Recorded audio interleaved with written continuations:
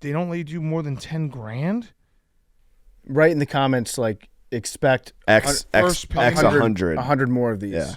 Okay. Yeah, just do parentheses 1/100. All right, I'm doing, all right, Apple Very important thread. requests. All right, so I send him the requests. If you send him one of those every day, like put a calendar reminder, he's probably going to accept one. I think he might accept this first one just for. Okay, there we go. I did $10,000 request and then parentheses first payment. On today's Part of My Take, we have a twofer for the people. We have NBA Insider Adrian Wojnarowski. He was in studio. Awesome interview with him. We talk about his career. We talk about the draft. We talk about who's going to take the Lakers job. We talk about the famous Rico Bosco tweet. We also have our good friend Shane Bacon on to preview the PGA Championship, who he thinks is going to win, live from Valhalla. Oh, yeah, that's happening this week. We're going to talk some basketball. We're going to talk some hockey. The Nuggets, the Knicks dominate tonight. We have a great hot seat, cool throne that goes sideways a million different ways. And then we're going to finish with Guys on Chicks. It's all brought to you by our friends at DraftKings. Sound the trumpets. It's horse racing time, so saddle up for action with DK Horse, an official DraftKings affiliate. Right now, new customers who download DK Horse app can get a 100% deposit bonus up to $250. Just deposit $25 or more and complete the playthrough requirement. Wager on your favorite horses, then watch the races live right in the app. We'll be talking with Randy Moss on Friday. He'll be giving us some picks, so you might as well get in on the action with DK Horse. Download the DK Horse app now. New customers get a 100% deposit bonus up to $250 when they opt in with code TAKE. Only on the DK Horse app. Okay, let's go. Hey,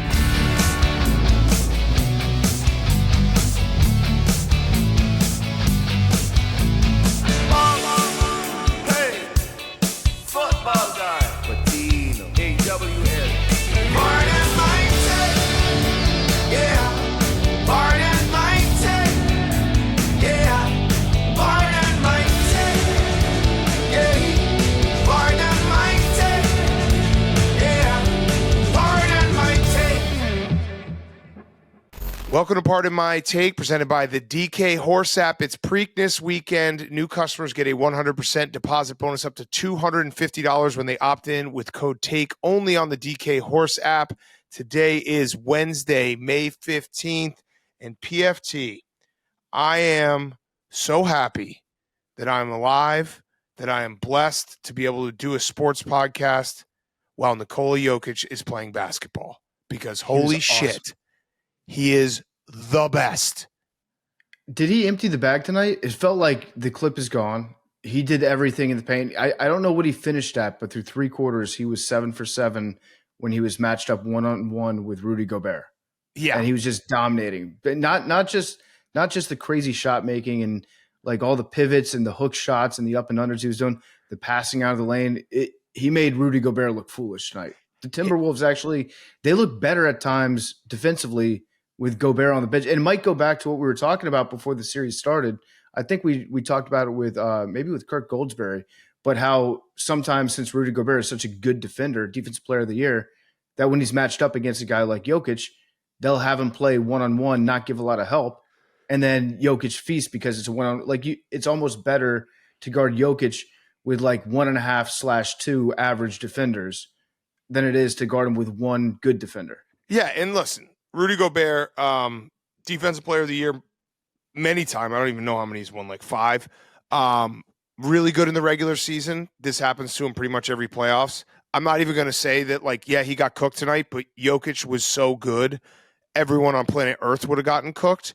But the thing I love about tonight, and obviously this series has been great to watch. You had the Wolves come out 2-0, take the first 2 in Denver. Then the Nuggets are like, hey, we're the champs for a reason. And you felt that edge over the weekend, and you felt that edge even tonight.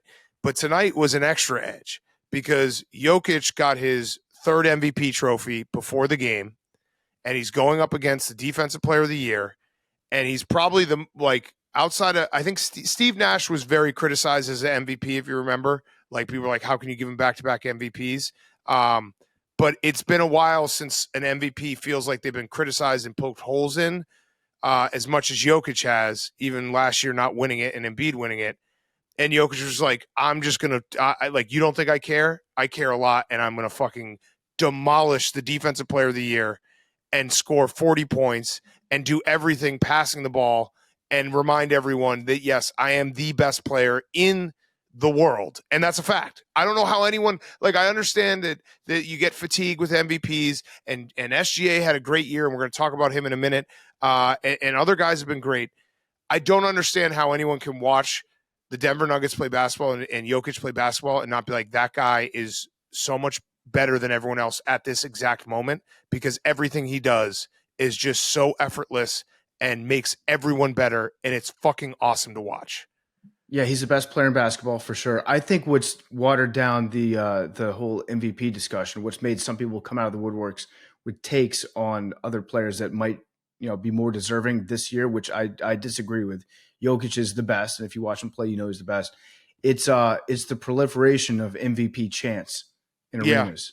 So there's a bunch of probably four arenas out there have guys that when he's on the foul line, the entire crowd chants MVP. And when you hear everybody chanting MVP, to me, I'm like, they make a good point, because there's 40,000 or 30,000 people saying a guy's name at the same time.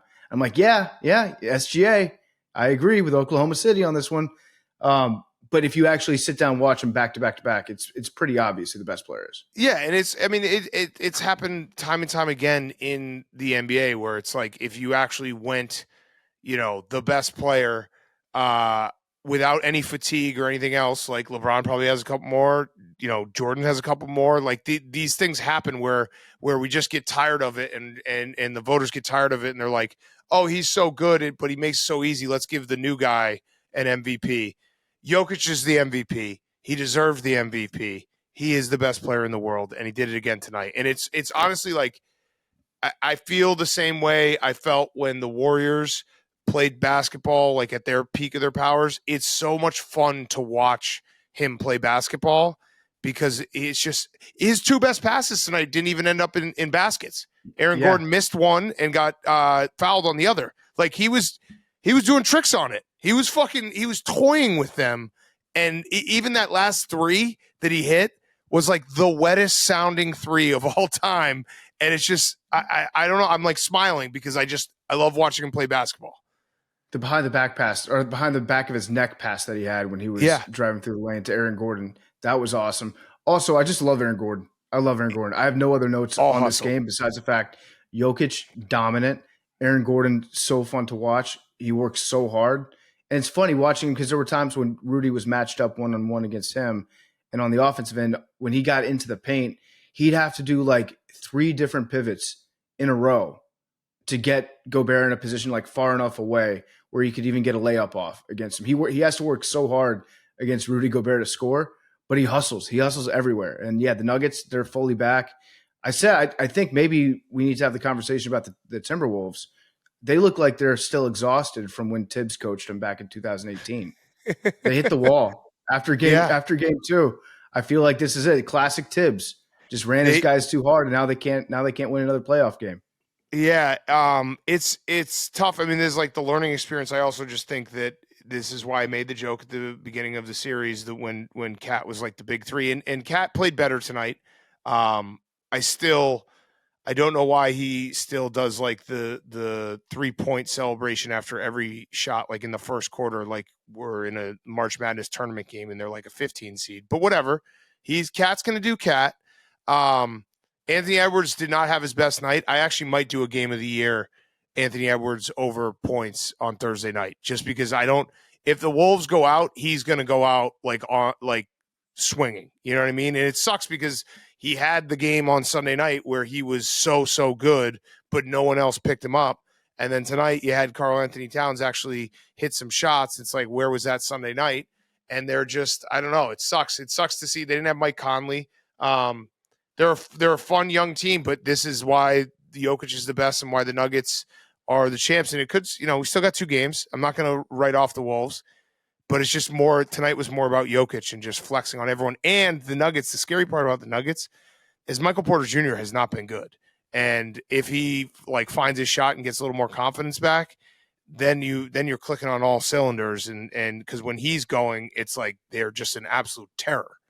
He's been dog shit for the last 2 games. I was thinking Yeah. he was going to have a big night tonight, and he just didn't. We can't revoke dog status, by the way, from Anthony Edwards. I think he's already a dog, right? No, that's what I'm saying. No He's matter going to what go happens, out. Yeah, he's going to go out barking. he's a dog. That's what he's going to do. It maybe 2-0 is the most dangerous lead in hockey and the NBA playoffs. Yeah. All right. Speaking of dogs, Jalen Brunson, another incredible performance. He scored 28 points in the first half. Basically ended the Pacers right there in the first half. It was funny because the first, 5 minutes of the game, Pacers got out to a lead, and you're like, oh man, maybe the Knicks are cooked. And then Jalen Brunson's like, what are you talking about? I'm a star here. I'm gonna dominate everyone. The big thing though for this game, I have 2 big thoughts.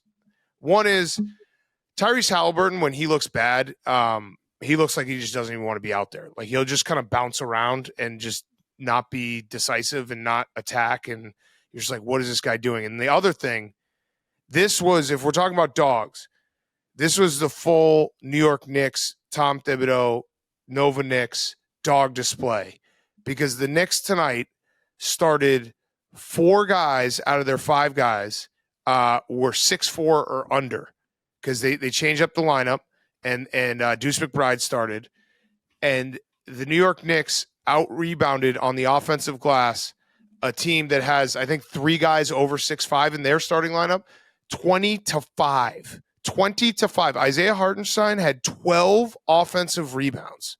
That's fucking ridiculous. They are just so much more physical and just take the fight to you. And it was good to see the Knicks like get off the mat after Sunday where they got blown out. Like they're just when they're playing that bully ball and Brunson's hitting everything, they're a weird team, but they're fun and they're hard to beat. Yeah. So how many players were under 6'4"? Under 6'4" is 6'4" or under 4 out of 5 of their starters tonight, the Knicks. So Brunson, Deuce McBride, Josh Hart, and Dante DiVincenzo are all 6'4" or under. Deuce McBride and Brunson are 6'1", 6 feet. So Bronny to the Knicks is what we're hearing. Bronny to the Knicks. But that's crazy. Also, speaking of dogs, tonight was also the Westminster Kennel Club. It was the dog show tonight. Was that there's no chance that was at MSG in the side theater, right? No, I think it was at halftime. That would be very funny. That would be funny. If they brought him out on the court, they just took a big shit. I think the Westminster Dog Show is the only thing in the world that got on COVID schedule and never got off. Because why are they doing it right now? I have no idea. Because it used to be right after the Super Bowl. Right. Weird. But yeah, it was a big night for dogs. Yeah, big night for dogs. Billie Jean King Tennis Center. What? Billie Jean King Tennis Center. They moved it to the tennis courts. That's disrespectful to the dogs, but I get it. And during the playoffs too? It would have been very funny if they had it in the Hulu Theater inside MSG while the Knicks were in a playoff game. Yeah. Do you think they do get the tennis ball gun out for them? They should, like American Gladiators, have the dogs running obstacle course. They're there. Why not? This game though, like the Knicks are just. I don't know where this is going to end for them. I think they're going to win this series, and I think they're very overmatched against the Celtics. But you can understand why they've captured the hearts of New York, and from like a fun watch.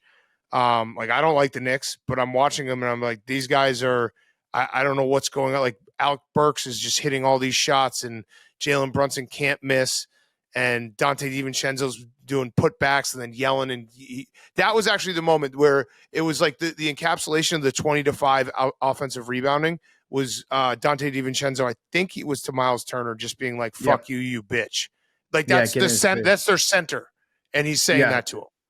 So the other thing about the first quarter of this game is there were like 7 reviews, it felt like. Yeah, Scott Foster. They just kept reviewing plays. Scott Foster got his screen time in. That's the big market media bias. They're trying to get more eyeballs. Scott Foster going over to the screen, getting another viewer like 5 times in a row. I was sure that the fix was in on something at that point. That's just entirely too much Scott Foster for America.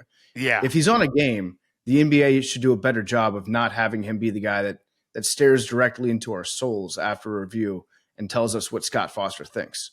He did have after that fight. What was the phrase he used? He did the review.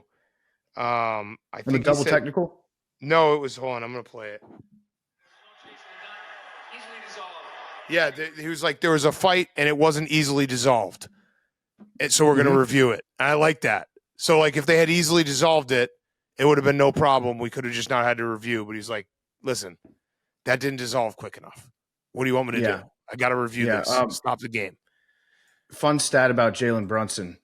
He is the first player with 5 40-point games in the playoffs since LeBron did it in 2018. I saw the stat. It was basically Jalen Brunson. There was a stat that was 5 40-point games in an 8-game stretch. And it was like Jalen Brunson, Michael Jordan, like Jerry West. It was basically like 6 guys had done it.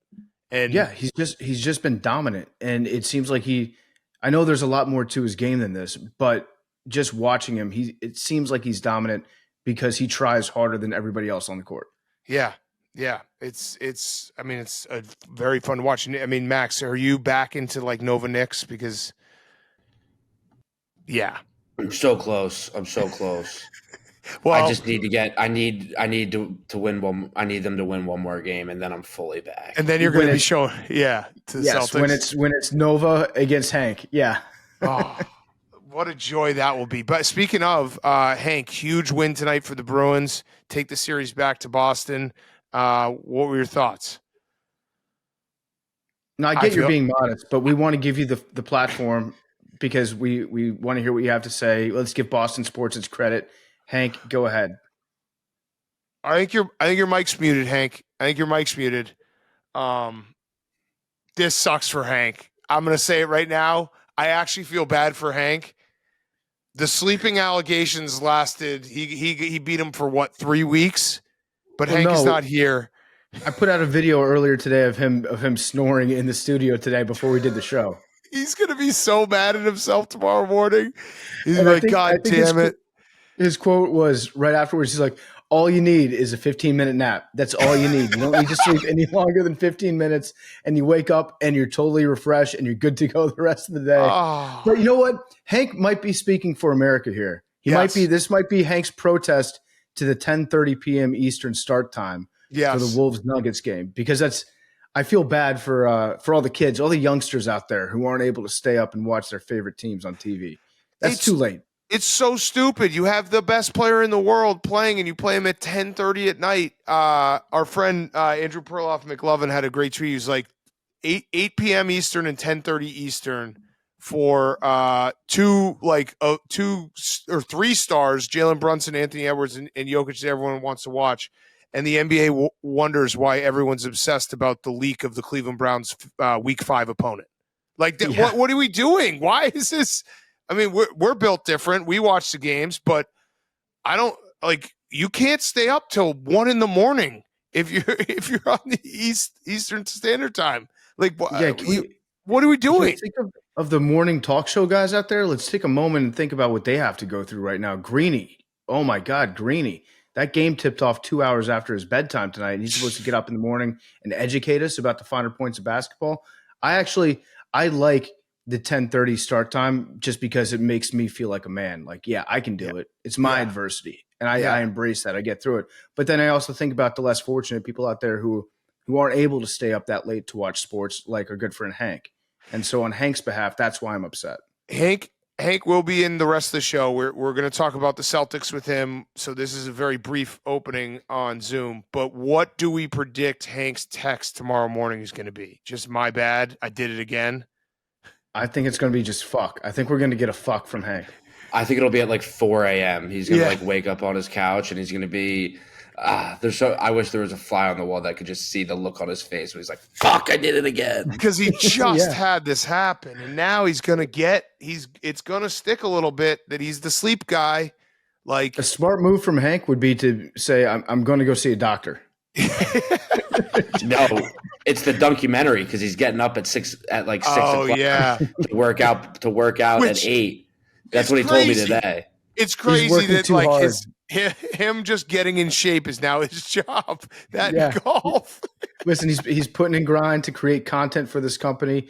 He's burning the candle at both ends right now. So it's kind of unfair of us to expect him to stay up. Yeah, he's gonna reverse this on us if we give him too much shit. He's gonna be like, fine, I won't do the dunkumentary. I won't try to dunk. Fine. You guys want me to do blah blah blah blah blah? I won't dunk.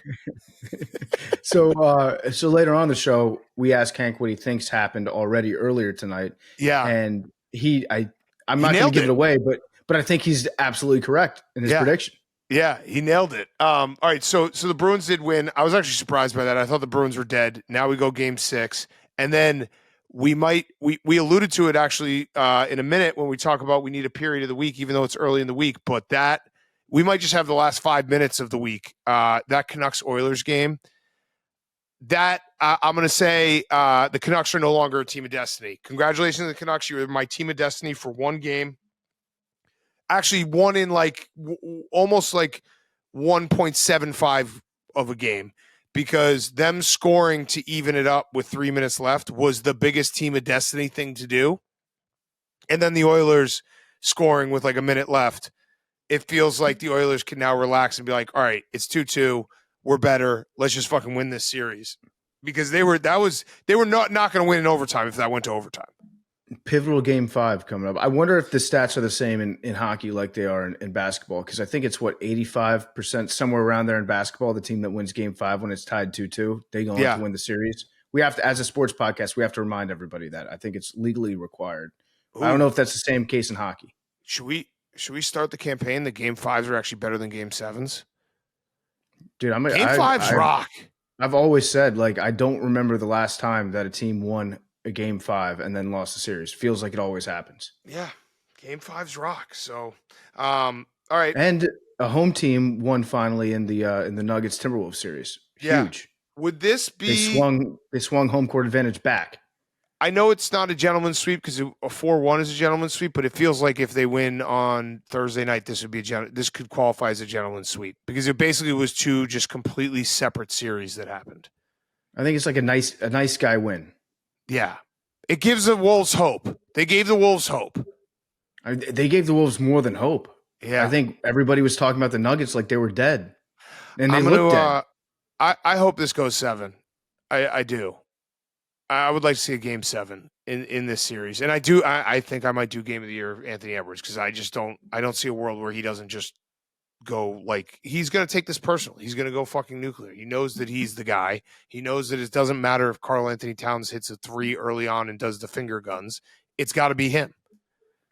I'm going to wait to say if I want it to go 7. I don't think that I do, because that would probably mean maybe one more 10:30 tip-off time. Game 7 would be a Sunday or Saturday, so I think we can handle it. I don't think they would do 10:30 on a Sunday. Okay. But the NBA might be freaky like that. Okay. So back to ourselves in studio. No ad between this and the studio, and Hank will be back.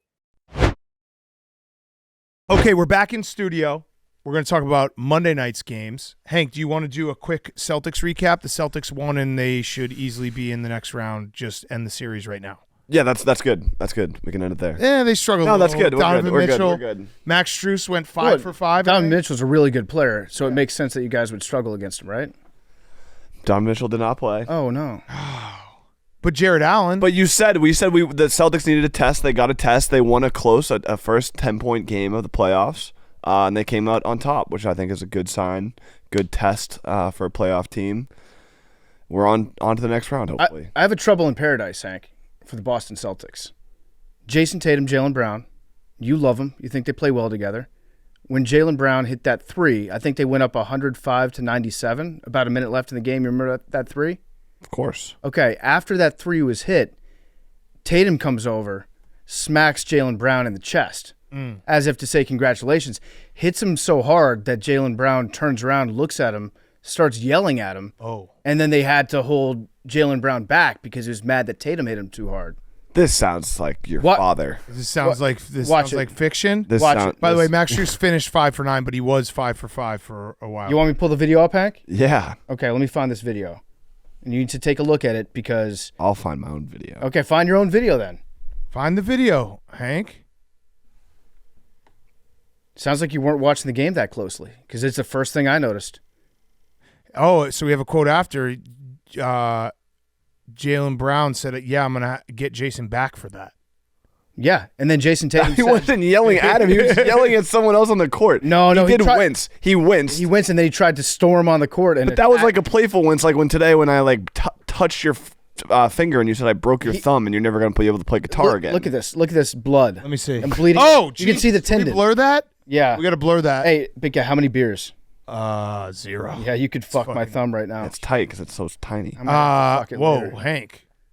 Are you talking about? You want tight, tiny? Oh, You said tight and tiny? Don't talk about my gash that way.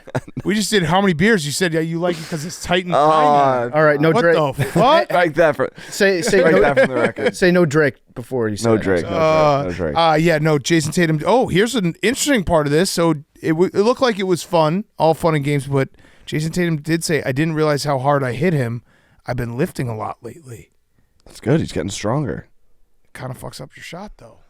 He's playing aggressive. He's playing good aggressive basketball. He has been more aggressive. This series just needs to end. I mean, the East. It's like the East really is such. It's crazy that we're gonna get to a spot. It reminds me of the Patriots, where it's like you're not gonna get tested till the championship. Yeah, you're gonna find out. You're gonna find out, buddy. And we just need the fucking. Hopefully, the Timberwolves won tonight. Hank is right now very clearly in the fucking around part of the graph, Yeah. and the finding out is going to come against the West. Well, there's nothing. What are you supposed to do? No, there's nothing you can do. Just fuck around. That's what we're doing. Yeah. They play boring games against really like inferior opponents, and that's not saying the Celtics aren't really good because they are. It's just everyone else is just not even close to them. Yeah, just Porzingis healthy, get some good reps in. I think we can still. I feel good. I feel good. You feel good. You should feel good. Like we're poking holes in the Celtics left and No, right. they're going to be in the finals. They're a very, very good team. We'll find out if they're great. We need the Timberwolves, Need the Timberwolves. Well, we already talked about that game. and I feel like it was bad. Oh, I don't feel good This is about. I don't feel good about what we talked about. What happened earlier tonight? Nothing good. nothing good. Nothing good. Damn. The West, though, everyone is just beating up each other. The Thunder, I want to say, have officially earned their big boy playoff stripes because what they did on Monday night, when they could not shoot at all, they were I think 25% from three. Played great defense, and SGA took over that game. He's so fucking good. He's just so deliberate, and that over the backboard shot he hit was incredible. Took over the game in the second half, had 22 points, and that was a win that the Thunder needed to get, where it's we don't have our best stuff, but we'll figure out a way to win this game. That's a tough playoff win, and the Mavs defense was awesome, and the Thunder win, and I'm they got their big boy stripes. Yeah, it was a nice comeback win. They seemed to be down between 7 and 9 points for almost the entire game, and then they turned it on at the end. The Mavericks couldn't hit a foul shot at all. They went 12 for 23 from the free throw line. The Thunder went 23 for 24. Yeah, that's the game right there. And then Luka missed that big one. Some people are saying it was a ball don't lie situation. I think he did get fouled. I did. I saw this. I think he's an NFL reporter. Greg Rosenthal tweeted, "The officials should be allowed to talk shit back to Luka when he misses a big free throw." Agreed. I agree. Agreed. Any foul merchant should get the officials should get a quick 10 seconds. Yeah, you fucking missed that. Yeah. If you were Luka's teammate, would you get sick of him just screaming at the refs the entire time? I don't know about the refs. I think I would probably get. And I like Luka when he's clearly injured. Let's just say that he's clearly injured. Everyone's dealing with something this time of year. I would say the thing that would make me more mad as a teammate is when there's a fast break and all of a sudden Luka has the most painful injury ever. Yeah. Or he's just having a close conversation with the referee. Yeah, or things go poorly and it's oh shit, now he's really injured. Yeah, he does look like he's not pushing off his right leg as much. Yeah. He's he's pushing not. to the left. You can tell, the lift is not there, and his shot doesn't look as good, and it looks like it's just everything's a little bit more difficult for him. But this game was SGA. SGA took this game over, and the Thunder won a game that they probably didn't have business winning with the way they were shooting three. And again, big boy stripes, and I like it. I know people will say it was corny. I like that the Thunder do the post game interview as a full team. Yeah, it is. I good. like it. It is good. They're young. They're fun. And Chet is tough. Chet, what? No, Hank, you were trying to get me back for when he said that he wanted a tight, tiny pussy. Yeah. And that's not not even what I said. close. Young and fun is not the same. It's saying you wanted a tight, tiny pussy. Didn't say that. Young and fun could still be loose. Yeah. Nice try, Hank. You put yourself in one. Chet is tough though. No, I didn't. Jed is tough. He's got swag. Did you see his post game? Well, he's got like Abraham Lincoln swag. Yeah. He looks a little bit like Honest Abe. But he had the sunglasses on. He had like a pink Miami Vice shirt. Yeah. I don't know if I think he's kind of forcing it, but I'm okay with him forcing it because he's just trying to find his way in the fashion game of the NBA. Also, when you're that big and tall, I feel like that limits your fashion choices. Yes, you I'd can't buy normal clothes. I'd agree. Shout out my guy Lou Dort for hitting that big three. That was an SGA assist. I mean, SGA, like, you can't say enough. That was a game where it's like, I'm the best player on the court. Here's why. Yeah, Lou Dort on defense is so fun to watch too. Even when he blocks your shot, it looks like he hurts you. Also, we should probably say Kyrie Irving probably needs to score more. Yeah, well, he's been good in the second half this playoff series 9 for the points. most part. That was not his game. No. He was way off. And they need him to be that guy because their defense is real. Like the Mavs have been playing great defense. And if Luka is hampered, Kyrie, you need to pick it up. Yeah, I was thinking about this series. Do you think there are fans up in Oklahoma City that grew up Dallas Mavericks fans and they have to act now like that never happened to them in this series?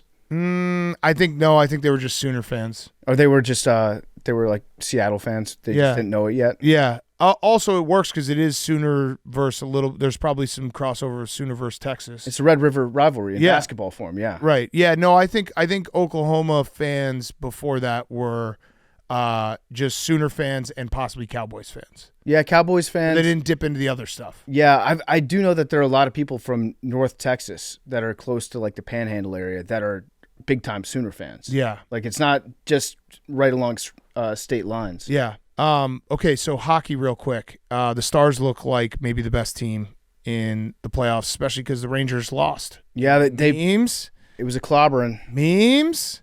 Starting to feel good? Yeah. 3-2? 3-2. Going to be a sweep, and now Nah, the Rangers are still going to win. Are they? Yeah, they're the best team. Oh, I see what he's doing. Yeah, the old I like reverse what he's jinx. doing. They got the best goalie. They're going back to Carolina. They play good at Carolina. Carolina goalie stinks. I'm mad at myself about the Stars because Ryan Whitney did tell me they were the best team before the playoffs. Yeah, they were pretty adamant about that. But they did say this is going to go 7. Could go 7. Who?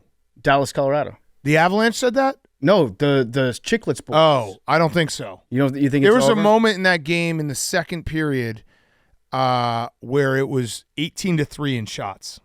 The Avalanche just weren't able to get pucks on net at all. And listen, if we know one thing about hockey, especially playoff hockey, You got to shoot the puck. it's pucks on net. You got to shoot the puck. Good things happen when you put the puck on net. Pucks on net mean everything. I still think that one of the maybe ahead of hitting a curveball, the hardest thing to do, at least to my untrained eye, is what hockey players seem to do all the time, which is just deflect a shot off the end of their stick, a shot that's coming in super fast. Yep. And they just casually redirect it into the corner of the net. It's the coolest thing. It's so cool. Dirty goals. You need those dirty goals in the muck. Screen out the goalie. Yep. Put a puck on net. There was a knuckle puck shot the other. That was in the Bruins game, right? I feel like that's more the you just put your stick up and then the shooter shoots it at your stick. You think it's more on the shooter? No, than but it there are is- I've seen sometimes where it's like they're directly shooting at like there's know where the stick is going to be and they're shooting for that. But the obviously coolest sometimes ones- when they turn the the coolest turn the ones head. are when a guy will like almost hit down on the puck as it's in the air. Yeah. And it will just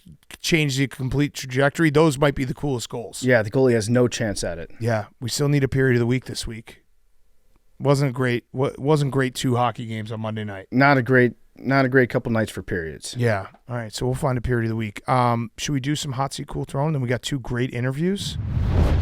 Sure. Woj and Shane Bacon getting us ready for Valhalla, the PGA Championship. Hot seat cool throwing brought to you by our friends at Coors Light. I could let bad sports news ruin my day or choose a chiller mindset and then reach for a Coors Light. I choose chill. When you embrace a chill mindset, it's a good time to choose chill and crack open a Coors Light. Coors Light is mountain cold refreshment, crisp and refreshing as the Colorado Rockies. We love Coors Light. It is the coldest beer out there.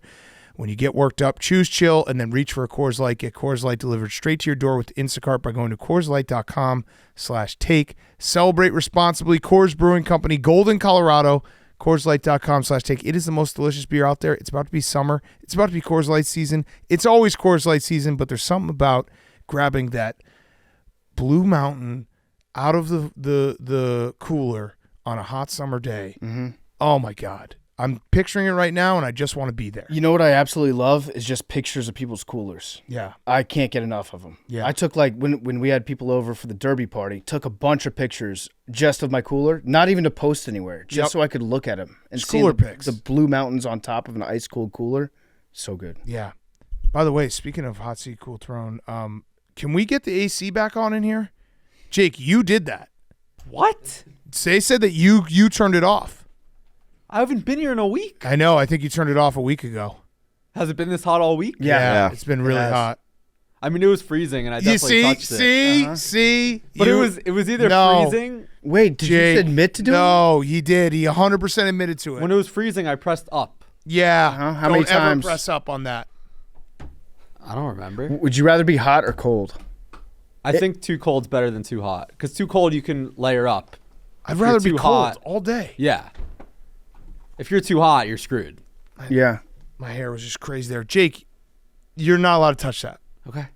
I'm just saying. Sorry. Because, we can't do the guy who might have the most sensitivity towards temperature just doing that. It was freezing in here last week. It was not. It was pretty cold. It was cold, but it's way better than what it is now. Is it the same in there as it is in here? Not Is yet, that it's even? hot. It's fucking hot as fuck in here. But I don't even know that that's related. No, he touched this one. I know that's what I'm saying, but he said it was because it was cold in there. Oh, good point. No, he was. We were watching something in here. Oh, it was when we were doing when we were watching Netflix, I think. Oh, And it was cold, and you were like, Jake, you got to figure Yeah. out how to turn that back cold. It might kill Mr. Pear. We're getting. Mr. it's Pear a- prefers it hot. It's a hot box in here. Yeah. It's a hot box. Does Mr. Pear prefer it hot? Is that fact? Yes. Is it hot That's in all the we have to- studio Yes. right now? Yeah, it's hot in here. Why do you have your sweatshirt hood up? I don't know. Wait, I haven't thought about it. Did we change the temperature in the studio to like 85 degrees for our turtle? No. No, I think It was because We it was already freezing. found the Jake we found the culprit here. yeah, Jake did it. He admitted it. Yeah. I'm not gonna He's shy denied away it from and then admitted it. So well, hot. yeah. It's hot. So fucking hot. And Jake, I need to be able to wear a sweatshirt. I'm fat. That's really what it No, comes you're down to. Yeah, but I need to be able to layer up. That's why I like Don't lie twice, Jake. Yeah, don't lie twice. Hank's spicy. I like it. I like a spicy Fresh off a Hank. nap. Fresh off a nap, looking Oh, yeah. for a tight, tiny pussy. My hot seat is Bronny James. Yeah. Okay. I never thought I'd say this because I hate his dad so much, but I feel bad for him. Like he's in a terrible spot. I agree. He's in a terrible spot. He is at the combine this week. People are debating whether he should even be at the combine. You know, in every roster, media report or whatever, he's said he's 6'4". He measured in at 6'1". Does have a big wingspan. He's has a 6'8" person's wingspan and a 41-inch vertical, which is high. I'll be up there soon. Wait, did he say he was 6'4", or was it his dad who? It was Yeah, listed like he's like the he was media. he was listed in all the media guides as 6'4". But that one's easy. You can just say they measured him in shoes. Yeah, Memes is LeBron. trying to fix it now. Memes is definitely not going to fix this. LeBron definitely told the media, yeah, he's 6'4". Yeah. Right, and then and he played in a scrimmage. He had 4 points, 4 rebounds, but the 4 points are getting blasted out by every single media outlet, being like Bronny James at the combine, and he just hit a floater and a shot. And then you look up the stats, being like, oh, is he? The floater was nice. He had a nice floater, but then if you look up his stats, it's the same as what he was doing at USC, and it's he's going to get drafted. It's just a tough spot. He's in a tough spot. I feel bad. I agree with you. I never thought I'd get here, but I do agree with you because it's just a simple question. Would Bronny James be at the combine and be drafted if his name wasn't Bronny James? The answer is no. No, Probably not. absolutely not. Probably not. Yeah. So it sucks, and he knows that deep down, and it's not his fault. He wants to just play ball. There is a chance that team would draft him though, just to be like, come on, LeBron. They will. He's going to, I We're think. going to talk about it with Woj. Yeah, I bet against it, and that's probably why I've been tracking it so closely. Because when I first saw it, I was like, I think it was over under 32.5, and I thought it was the lock of the year. And now I feel like he's going to get drafted, Yeah. No, possibly even high. wait. He could get drafted anywhere in the second round, and you'd lose that bet. Okay, What? What numbers? You said 32.5? yeah, Did you know there's 2 rounds? Did you know there's 30 NBA teams, not 32? And there's 2 rounds? Right, but basically saying like, Oh, you think he's gonna be a first rounder or basically? no, I think he's going to be that's what I thought. Second round or worse. Got it. That's what I bet on. Yeah. I think that's still a safe bet. After I bet it, obviously I've looked into it more, and the I more don't the think- days go by, the worse I feel. That's what I was But I also confused. don't know what to believe. I think he's still gonna go in that 30s, 40s range. So I think that's still a good bet. And then my cool throne, Jared Goff. Yes. Yeah, congrats, Jared. Way to go, buddy. When do we? What? His fiance? His fiance. When do we ask? What's Hill Street? When do we ask for our money? That's a good question. How much does he owe us? Something. Probably like 10. I don't know what the agreement was, but if it was Should I do it now? 10%, probably 10 mil. How should we 10%. phrase this? 10% or Super Bowl suite with Can you- full bar. You should just Venmo request him for like $2 million. Oh, can you See what he does. Just see what happens. Yeah. Is that possible? I don't know. Probably not. No, he Oh got. no, paid. Apple Cash. Apple Cash. He got a bunch of money guaranteed too. Yeah. It's a good contract for him. Request. How I high feel like does one of it the go best up? NFL contracts I've ever seen. It's good. Yeah, you have to pay your quarterback, and the Lions had a choice to make. Probably a choice to make last year before last season. Do you want to draft somebody, or do you want to try to just see what Jared's got? They rolled Jared, and he made him very happy. Shit, they don't let you do more than 10 grand? Right in the comments, like expect X 100. 100 more of these. Yeah. Okay. Yeah, just do parentheses 1/100. All right, I'm doing all right. Apple Very important thread. request. All right, so I send him the requests. If you send him one of those every day, like put a calendar reminder, he's probably going to accept one. I think he might accept this first one just for. Okay, there we go. I did $10,000 request and then parentheses first payment. Yep. Good for him, though. Good for him. 'Cause when the trade happened, everybody was saying like they're going to use Jared Goff as a bridge quarterback. Yeah. Now he's not a bridge. No, it's Like- awesome. I'm so happy for him. Yeah. It felt like there was when he got traded for the Rams, it's like, oh, his career's over, and now he's proven everyone wrong. Second career. Yeah, love it. Love it. And what were you saying about his fiance? Well, I was joking. Be I was saying tasteful. my cool throne is Jared Goff because his fiance is a Sports Illustrated model again, and then was going to mention the extension. Oh, A little bait and switch. You did it Gotcha. the reverse way. Well, no, you guys kind of. No, you said guys cut me off. I wasn't able. no. to You said give it. Jared Goff first. I said Jared Goff. Oh, and then I was going to okay. say Yeah, because got it. My his bad. fiance My bad. just got announced as a. But I cut you off because I wanted to know how much money we should get. right. Yeah. Yes, it was. that It was was fair. Yeah. it was Yeah, fair. But congrats, X2. Yeah. What a guy. Yes. My hot seat is portals. Yeah. Yeah. Yeah. Portal's on the hot seat. So there's a portal that was opened up a week ago, and it's a portal that one end of it is in New York City, I believe Times Square. The other is in Dublin, Ireland. And they had to shut it down earlier today. So they closed the portal down. They're trying to fix it. Why was the portal closed down, you might ask? Good question. It's a giant screen where you could step in front of it, and then you see a video of, if you're in New York, you see Dublin, Ireland. You get to wave to people, say whatever you want to them. Well, some of the videos that have gone viral recently have visitors that are lining up pretending to snort cocaine. They're throwing up the birds, two middle Pretending? fingers. It says miming snorting cocaine. Okay. So I don't know. Yeah, like you're in New York City Or Dublin. or Dublin, Yeah. and you're pretending to snort cocaine. Got it. Some people have just flashed their boobs. One visitor in Dublin pulled up an image of 9/11. Oh. That showed the Twin Towers burning and held it up to the portal camera, and people from New York took offense to that. So they're switching it off temporarily until they figure out a technical solution to the inappropriate behavior.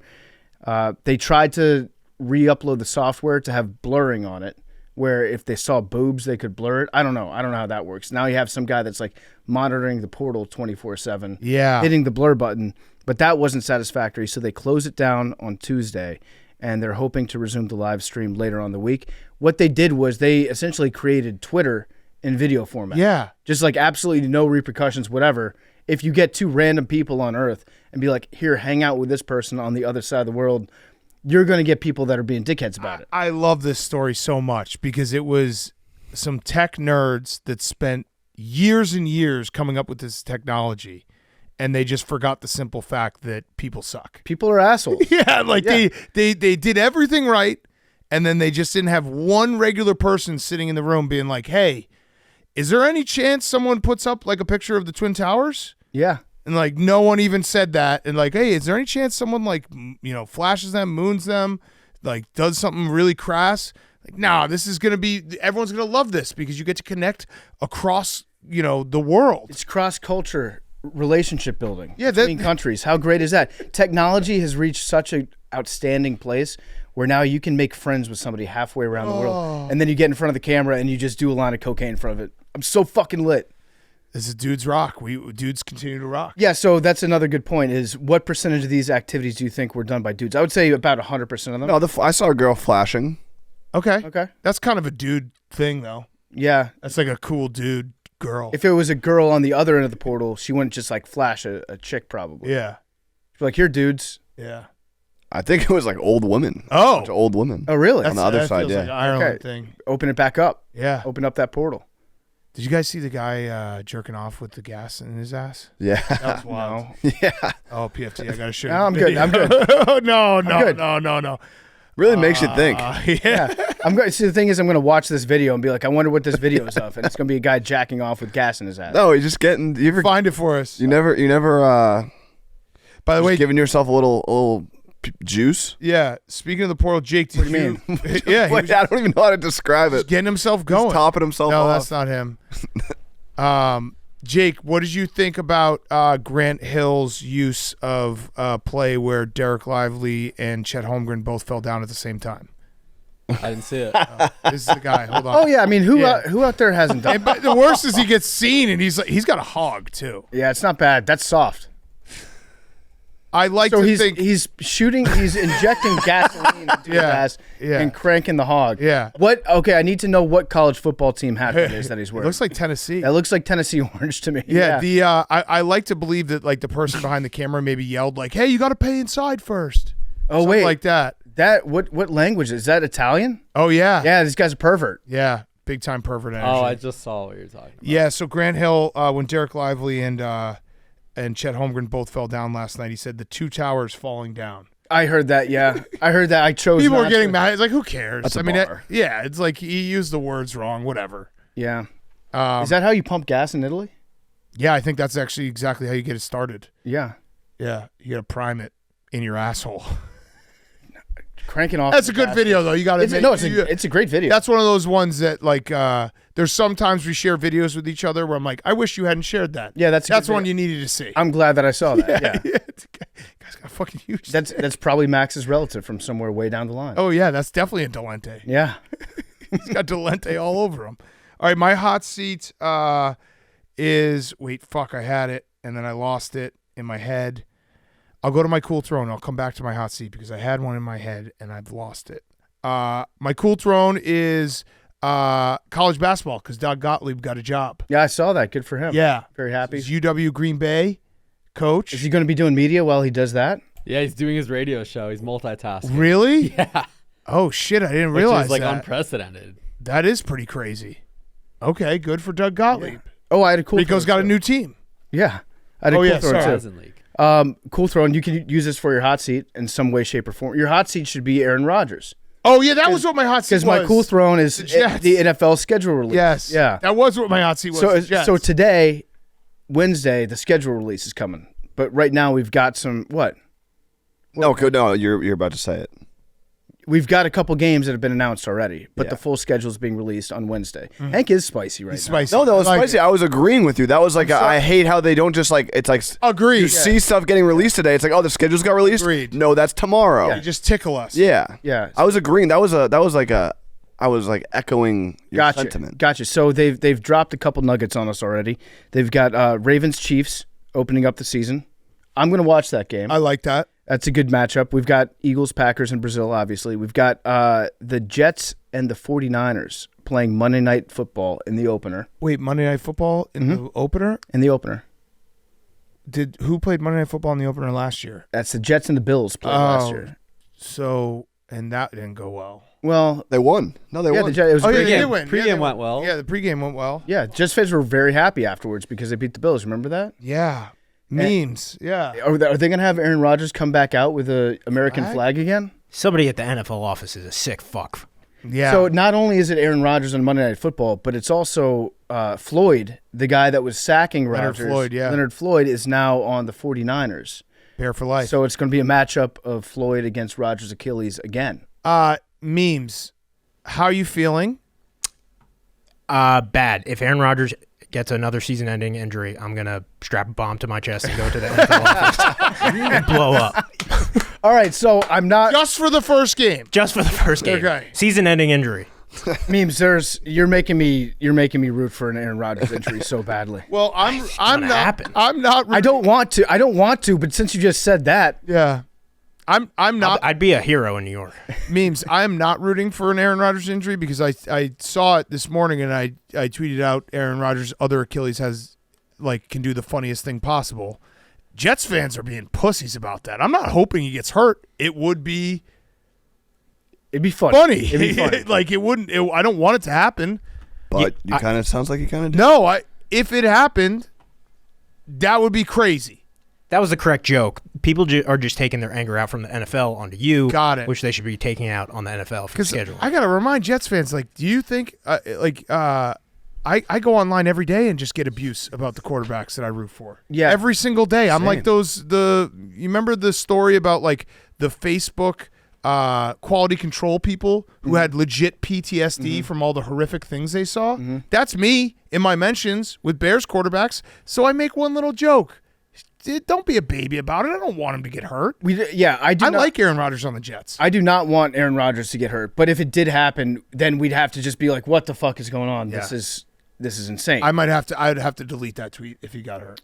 No, you have to let it stand. Actually, yeah, because have to let memes Yeah. bomb flip would definitely take precedent. Yeah, that'd be a big time. They already knew. Yeah. Also, second, I mean, after that, I don't know how you can't not root for it. I think memes He's is put us in a spot. memes is going to get arrested if that's what's going to happen. There's going No, he's going to be dead. no, but right after he hypothetically tears his other Achilles, there's going to be the FBI at Memes' door taking him into custody.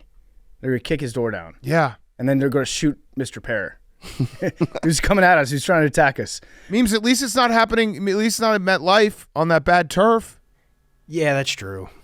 That He'll was be easy. fine. I wish they would have made it Sunday Night Football. Yeah. Why? Just gets a different night of the week? Yep. Yeah. Yeah, just change the vibe up. I a mean, little bit. Memes is right. Aaron Rodgers is 1-for-1 tearing his Achilles on Monday Night Football. Yep. In his last one. Yeah, that's true. That's true. He's on In a Jets uniform. his only weakness. Yeah. Just like the real Achilles. I hope he doesn't get hurt. I want it on the record. Stop being pussies, Jets fans. So there's another matchup that another fan base is pissed off about. The second Thursday night game is Dolphins-Bills, but it's in Miami, and Dolphins fans are pissed off because it's a night game, and the Dolphins are like, our 12th man is the sun. And they're taking away our game against – we were going to have a home game against Josh Allen where it was going to be too hot for him, and now they're not letting the sun come out. And so this is the NFL hating the Dolphins again. Wow. That, to me, is loser talk. That's the biggest reach of all time. Also, night games are the best. Big time loser talk. Yeah. You want night games. You want like your crowd to be pumped up, a little bit drunk, a lot bit drunk, and to be like the big home field advantage. They're counting on the sun to show up. Yeah. Even just as fans, like if you're going to the game, I would imagine if you live in Miami. Are we going to go to Bears Patriots? Yeah, sure. If the leaks are correct, it's week 4 Thursday night. Hell yeah. Yeah. Hell yeah. I went through the schedule because I saw the leagues too. We could record after. Yeah, I mean, it's We could actually record from maybe I'll get Vanny Woodhead fixed back up. That would be sick. Tattoo bet. where is Vanny Woodhead? Who knows? That get it fixed up. That thing is never getting here. I heard it might be getting here soon. Oh, Really? I heard a rumor that somebody contacted someone in this office to ask for assistance getting Vanny Woodhead, which is pretty much somebody in New York calling our office and be like, "Can you do this for me?" I'm not going to name any names as to who that might be. That person sounds super reliable. I'm not going to name any names. I might be partially to blame because I do think I walked up to somebody in this office and just walked by. I was like, "Hey, we should get Vanny Woodhead here." Yeah. And then maybe she, because she's very good at her job, might have followed up Okay. and Offered assistance. offered assistance. Okay. All right. So it might be, but yeah, well, it'd be great if it just showed up. It would be great. The perfect tailgate. Vehicle. Yeah, right. That's what I'm saying. Okay, my cool throwing was Doug Gottlieb. My hot seat is Eric Adams, New York mayor, our former mayor. Did you guys see this clip?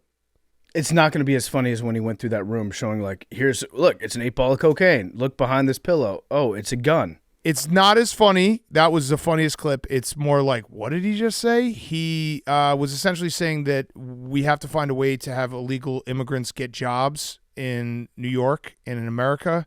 And he said they're excellent swimmers. Why can't? And we have a lifeguard shortage.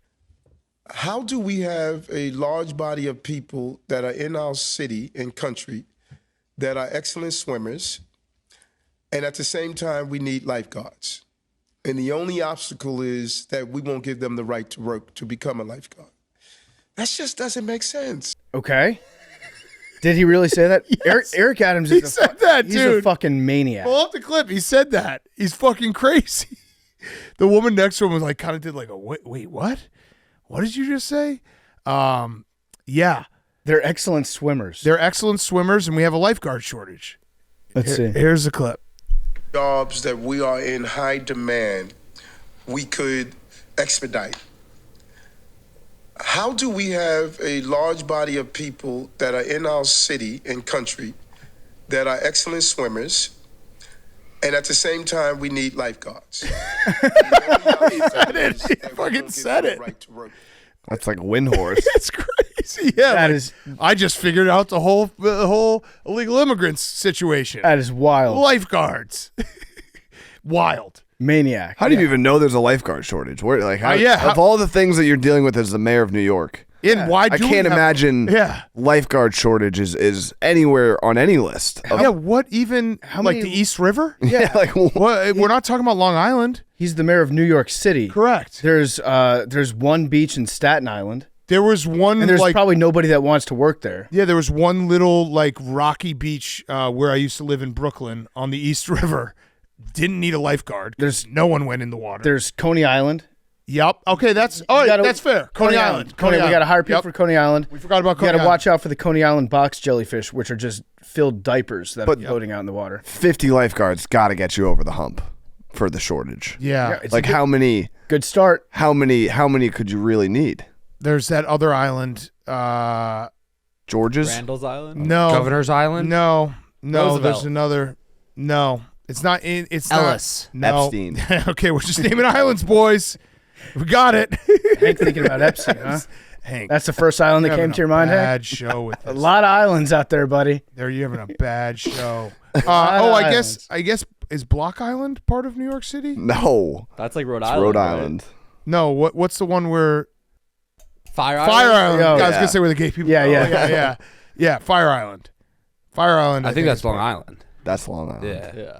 It's looking like it might be part of. Also, there's pools in Central Park. So They actually did build a pool in Dumbo too, in the East River, which is real, like kind of fucked up. They built a pool inside the water. Yeah, it's one of the ones that has the divider in between. Yeah. So you're in the East River, but not in East River water.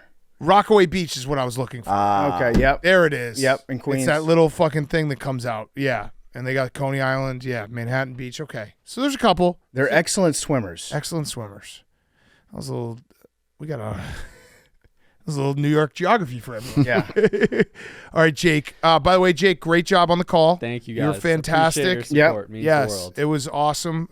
Also, I liked your TikTok when you showed us behind the scenes Thank and you. like all your prep. It's a fucking lot of work. It is. Yeah, Jake, I thought you did a great job this weekend. Thank you. Congratulations on the Reel 2 that you shot on 17 Yeah, congrats, Jake. That was great. As Thank you. a great Reel 2, Jake. Yeah, that you shot. emphasizing the real too because Yeah, people you did. threw allegations that the one was not real. So That's why. that's Yes, it. that That's is why it. I said That's why it. But you people said are it. twisting it, trying to stir the pot for me, saying it to PFT when I would never do that. Well, to him. PFT did hit it on the green and said that's a 2. Yeah. Because Berman said it, Yeah, so if people are Chris saying, well, Berman- it's kind of a fake, That's fake also a real 2. two. Actually, nobody said it was a fake 2 at the time. Now everyone's saying it's a fake 2 because No. Jake said his was a real 2. If real. if Berman the tells most, me the most hard emphasis on real I've It ever was heard. the hole in it was one a, haters. it was a hard R. That's what it was. Yeah. No, that Promise. was. I think you should go right at PFT. Never. Be like PFT, you're a pussy. owe I got a PFT real the too. world. I would Max, never- Max, I think you should shut the fuck up.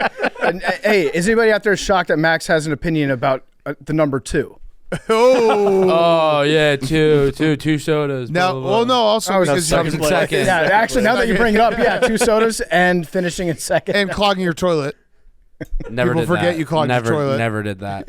Chris Flooded Berman your was entire- on the I have done that podcast in and the- said in the it's a past. 2 if you hit it on the green. You did that, so that's a real rule. Yeah, hit it to 15 feet. That's not a real rule. No, it's a Boomer rule, and so Yeah. I'm going to count it. If Boomer says it's a 2, it's a 2. So it's, You got a Jake's real was a two. real Yeah, two. Jake's was a Real real two. But Jake's I got was a a real real. You got a two. boomer too. He got a real No. two. he's being a real asshole right now. Oh man, Jake, how far away from the pin was your shot? it was about 27 feet. Oh, that's cute. Jake, it's good. The good news is you could win this argument if we just do like another 2 hours of this show because we'll die in here. Sweating us out. Yeah, fair enough. No, it was a good shot, Jake. And If you guys, I was if happy for you. Thank you. If I was responsible Until you for said your real guys' two. death, I would just You'd probably would you- join you. No, if you were responsible, I'm the only one who's not killing myself. I in don't this want booth that. Today. I don't want that. That's the easy way out. If you were responsible for our deaths, you'd have to strap a bomb and go to the No. NFL headquarters. No, you'd have to do a show first, and then people would really lay it on thick. do a live stream at the end of this podcast. I will detonate myself. Oh, that would be You electric. get so many numbers. Holy shit. That's too far. That's Should only that if be you our kill us. Should that be our NFL bet this year? Somebody- detonate bet? If you guys all died, Jake and I would put out a banger the next day. No, you wouldn't. no, I'd be Oh sad. yeah, banger. What would you talk about? Your death? Okay, that's true. Yeah. Good point. You remember when they died? Yeah, it would be like 10 minutes. It'd be like, yeah, they died. Be a roast. Last show ever. Yeah. But people would listen. No, the bet should be somebody should get shot. Fleshy No. part of the thigh. No. What? Sopranos did it. Yeah. Someone should get Phil Leotardo'd. That's when he got No, his someone head should have to rolled do the over. gas station. Oh, I like that. I like that. If we blur it out, I'm willing to do that. To completion. Yeah, no. If we blur that video out that we put out, I'm willing to have that be the stakes. We'll talk about it. I mean, that would be so funny if someone had to put a fucking gas up their ass while they tried to jerk off. You accidentally light yourself on fire. Somebody's like, he died protesting a noble cause. No, he's jacking off at a gas station. No, you don't understand. This is because we did 4 picks on Christmas Day. And I lost because of that. Okay. Go ahead. Anyway, Yeah, Jake. back We're all on over the track here. place. My hot seat is Zach Campbell. Zach Campbell has some competition because something I crazy saw had this, yeah. happened in Seattle last night. And this guy wasn't planning on it, but he caught a foul ball on back-to-back pitches. Wow. In the same exact spot. What? That That's might be insane. harder than like the lottery, a hole in one. Like It's that's crazy. crazy. Crazy. Is that more impressive than Fernando Tatis hitting 2 grand slams in the same inning? I think so. I think don't it know. is. I think it might be. Because how many people go to... Because that's complete luck. Yeah. Tatis, you have to have some skill. So that's just crazier. Yeah, no, that's don't know if insane. you have- Did That he, is did he insane. actually catch both of them? It may have bounced, but either way. Okay, he caught the first one off his chest. Yeah, because I was gonna say that's skill too. If he actually caught both of them, then And that, then that, here's the that second too is I think one. the second one he had to bend down. Yeah, second one looked like it bounced right in front of him. But that's insane. It was nuts. When I saw it, I was like, Jesus Christ. And you're right. Zach Campbell is definitely like, he's going to use that as Bummed motivation. it's not him. Okay, so this guy's wearing a real low-fitting hat. He's got big sunglasses on. Nobody else has sunglasses in the crowd. There's a chance that this guy was like skipping out on work and trying to lay low at the ballpark. Ooh. And then he caught 2 foul balls back to back. Finds him. And then no chance he gets away with it now. Yeah. Yeah, so that was crazy. My cool Oh, throw- wait. Breaking news. Breaking news. It's hotter in there. It's hot as fuck in here. Breaking news. I have received a response to our payment request. Mhm. I'm not allowed to pay off gambling debts. This is a good response. Oh, so That you're, is a good you're in response. this situation, you're ePay. Yeah. That's a very good response by Jared. He'll pay us some money. That's smart. That's a great response. Yeah. by him. Yeah. And then I want to respond being like, I swear it's not gambling debts, but It is. yeah. Okay.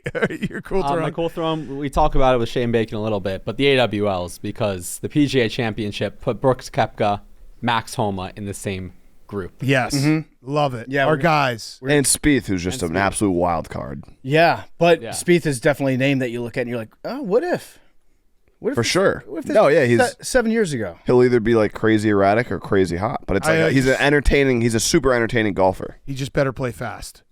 They both play fast. I saw people saying Brooks is gonna have to walk slow. I don't know about the. I don't know if this Why? is true. I don't know if this is true. I don't want to say this on the record, but I am. They were saying that Spieth and Max are both really fast, so they were So that's joking that good. Brooks is gonna have to walk slow, like he's gonna have to try and slow himself down. Oh, I think they're too fast for. I think Brooks will go as fast as anyone will allow him to. Yeah, he just steps up and hits it Yeah.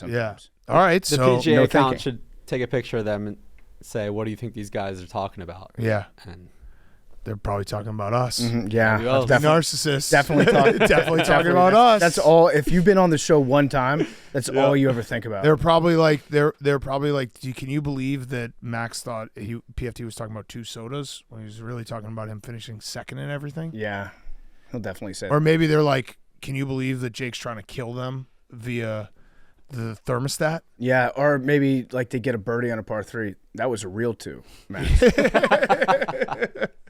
Okay. All right, let's get to our interviews. We got great interviews. Woj, and then Definitely got that wrong. That's okay. We're not a fact check podcast. We never have been. Yeah, they're slow. Oh, okay. Confirmed slow. God damn it. That's bad. That's why I didn't say it on the record. So you got it totally wrong. Yeah. That's why But no, he got it kind of half right by being wrong because Brooks will be We'll have to walking walk slow, Yes. so that he can not stand over his ball for a long time. Yes. apologies. Do you wish that they on golf courses, Hank, the holes were a little bit smaller? No. Teeny tiny. Wish they were wish they were bigger. I wish it was like the soccer golf holes. Tiny hole. It's a big old hole. All right, let's get Hank to it. hates it because there's 18 of them. He wishes there was maybe one less, couple less. Stop this. All right, let's get to our interview. Woj and Shane Bacon. Before we get to Woj, he's brought to you by Priceline. When it comes to travel, every family has a happy place. 5-star resort with a kids club or an all-inclusive by the beach. I love a good all-inclusive resort. So good. Little pro tip: if you go to all-inclusive, stick to the beer. Get the beer that's out of the bottles, out of the cans. They can't water that down. My happy place. You know what my happy place is? It's Greece. I'm going to go to Greece this summer. I'm using Priceline to get there. Very excited about that. Wherever your happy place is, Priceline wants to get you and your family there more often, whether that's Greece, the Greek Isles, or if it's Memphis, Tennessee at the Bass Pro Shop Pyramid. They have you covered for all the most majestic places on earth. And thanks to Priceline's family-friendly options, you can save up to 60% on family-friendly hotels. You can even sort by room type, amenities like pools, and get access to deals that you can't find anywhere else. With Priceline, you never have to miss a trip. Priceline is so easy to use. I personally use Priceline all the time if I'm traveling. So download the Priceline app today to save up to 60% off family-friendly hotels and go to your happy place with Priceline. And now here's Woj. Okay, we now welcome on a very, very special guest. He is the source of all sources. It is Adrian Wojnarowski, Woj Bombs from ESPN, the ultimate NBA insider. Woj, first of all, thank you for coming by to the office. We appreciate it. Guys, this is an honor. Okay, This is an honor love to it. be in here. I love it. Now, I don't take this couch lightly. I was going to say, because I have to ask before we even get started, we've had Schefter on many times. He's a good friend of ours. Will you be looking at your phone in case there's any breaking news while you're recording this? Because Schefter gets nervous when he has to do an hour long of not looking at his phone. It'll probably be Schefter chasing fantasy basketball injury information. Yeah. That's Yeah. what wakes me up at 3 a.m. Yeah. Him Is that texting you? maniac? Yeah. Do you have any beef with him? Because he's I have a lot of beef with him about that. he's starting But to. you know what? He's He's a encroaching one-man- on the NBA now. But you know what? Like, there'll be times I'm embarrassed that I'm like, I'm not on top of that injury. But Yeah. he is. Yeah. Like, hey, is so-and-so coming back? And I'm like, shit, I didn't realize he was out for 2 games. So He's on it. there's no one like him. What about when he dips his toes into NBA news? Are you like, get off? Or do you give that to him? Do you give him a little morsel just to keep him happy? Because you should start doing it to him. I'm I don't sure wanna you do have NFL contacts. No. None? He loves doing that every year. Yeah. And he's wanted to trade off. I'm said, I do not want to break NFL news, that's for you. But he's dipped his toe in, and there may have or may not have been a negotiation on a couple, veteran minimums in Toronto over time where Adam was ready to jump in. Yeah, I mean, you should just do it one time in the NFL, just to let people know that you can do it. You could That's do a it. possibility. And then it would actually be good for Schefter because it would make him work harder because he'd be like, he should work harder. Yeah, he doesn't work hard enough. No. That's the one thing they say about Adam Schefter. Doesn't work hard enough. do you guys ever compare screen time on your phones? I think he has you beat because doesn't he have a couple? He has 2 phones. Yeah. You have 2 phones? I have 2 phones. I got a new one like 2 months ago, and I haven't figured out how to turn it on yet. Okay. Because ESPN gives you a number. You have your own phone, which I just kept that number, and there's an ESPN phone, and I couldn't remember what the number was. And so I brought it to our tech people. I'm like, can you get this thing turned on? And then they couldn't the one day. I took it back, and it's been sitting in my bag. I should probably get that one turned on by free agency. This is a very relatable story that like the most powerful phone in I just all of need one NBA that can't works. get his I second one on. I need one, yeah. As long as one's on, then you're good. Can I say something about screen time? Yeah, Who gives a fuck? I agree. I don't look at it. Who gives a fuck I agree. how much screen time you have? Yeah. They try to shame us. That's all it is. It's like my screen time on a college football Saturday is going to be insane. I've never turned. I know that's part of the app, right? Yeah. I've never turned that on. Smart. Yep. It's very like smart. it's like NBA teams bragging about cap space Yeah. and like how many draft picks we have. We're gonna hang banners. Yeah. Like, Yeah. who cares about your screen time? I know. I do think you probably have, across all of Twitter, X, whatever they're calling it, you are probably the guy that has the most people who have notifications turned on. So, like, when you tweet anything, there's millions of phones across the country but you're essentially texting all of America right now. And then if I tweet like a subtweet about us getting a recruit at St. Bonaventure, everybody's like, yeah. we don't care, man. Woj, we don't. Yeah, we don't stick care. to the script here. I know. We want I the know. news. But I do, and so, but I know those are coming. I try to be kind of judicious with, like, I know people have it notifications, but once in a while I stray from character. You should do one that's just like eating a cheeseburger, just like or something. Like whatever you're doing at that moment, just be like watching some TV. We were in the office the other day, and we were in studio. I asked Perk and Malika. I said, "How much would you pay me to tweet this out?" And I texted both of them. So I have it here. I said, "How much would you?" I said it would be my last day at ESPN. If it was my last day, I said, let me find this. Hold on. Let me find these 2 guys. I like that Woj doesn't fully know how to work his phone. There it is. Okay, Yeah. no. It's Okay, great. okay. I texted Perk and Malika Andrews. I said, I'm going to tweet this out. You ready? I said, Kendrick Perkins is finalizing a 4-year, $26.8 million deal to become the next coach of the Los Angeles Lakers. Sources tell ESPN. I said to them, what would happen in the next 5 minutes? Oh, man. I mean, people would have to run with it. Yeah. It would be like CBS. I had the breaking number. news. It seemed 26.8. Yeah, that's It about seems like right. he's Yeah. got the details. Yeah. Yeah, So wait. it's So speaking of the Lakers, is JJ Redick going to get that job? He's a real candidate. Yeah. And this just kind of happened out of. I mean, we know JJ, and we've had him on a bunch. Like, I know that he's very successful in media, and now it feels like all this momentum is going. Like, oh, he wants to coach. Listen, I can't speak for him about his level of interest. I think all of these things have intrigued him because, he's so talented. He could do whatever he wants. But there's no question there's an interest on the Lakers' part. They've been making calls about him, trying to. I know there hasn't been anything with him. They haven't really met with any candidates yet. They're going to start this week calling for permission on guys.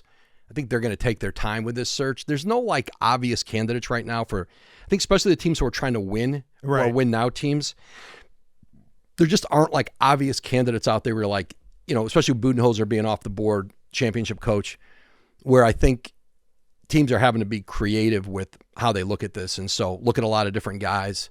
But, listen, if he wanted to be a GM, there'd be interest in him and talking to him, head coach. And,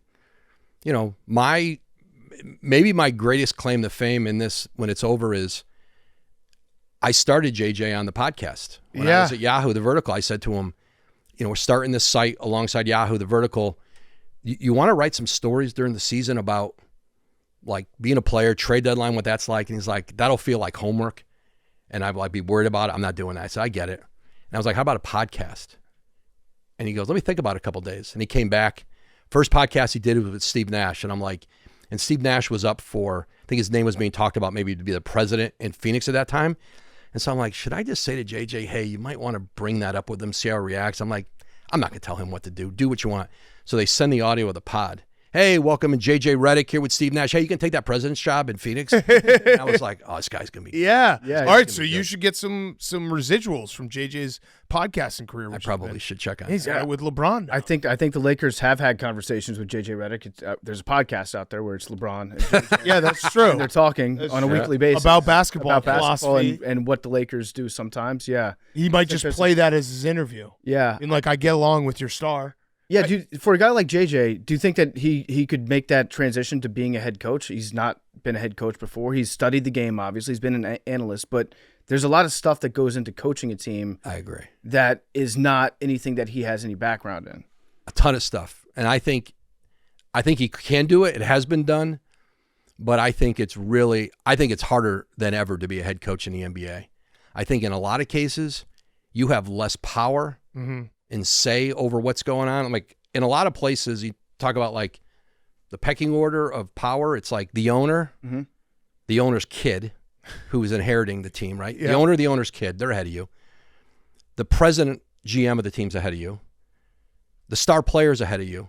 And the star player's agent is probably ahead of you. Yeah. And maybe even your second best player and his agent. You're like 7th or 8th, 9th. That's in crazy. and like, not in every case. We know the guys who've won big, have big voice, but I think it's harder than ever to coach in the league. It takes more. But in terms of just the organization, staff, how to build out like your staff and practice plans and all of the things, it's not just drawing up plays. And then, being able to get buy-in from an NBA locker room is hard. Yeah. It's So hard. when it comes to this Lakers and Suns jobs, and I know, look, there's only 30 of these jobs, so if someone gets offered the job, they're going to take the job. But is there any feel going forward that like a Lakers or Suns job, aging superstars, is there any feel like this might be just a death sentence? Because we've seen it with Frank Vogel and Darvin Ham. Like, you're the one who gets blamed. It's not the players, it's you. So if you walk into that job and you don't have success right away, it's going to be you, not anyone else. Yeah, and listen, if you're Frank Vogel and you signed a 5-year deal in Phoenix last year and you get whacked after 1 year, you're walking away with 4 years of guaranteed money. Darvin Ham had a 4-year deal, makes it 2 years, goes to the Western Finals, wins, 47 games this year. And Mike Budenholzer, 5-year deal, about 10, $11 million a year. I think there's more of a runway with the Lakers. I think the Suns is like more of a, what happens in the NBA. If they have another season this year, like next year, like they did this season, then it's like, does everybody want to stay there? Do guys want to start moving? Do you have to trade guys? So you have this like very tiny window. They don't have hardly any of their draft picks assets. They don't have young players that they have coming up. The Lakers have, I think, a longer runway. They could make a big trade this summer and get like a real significant player. AD still in his prime.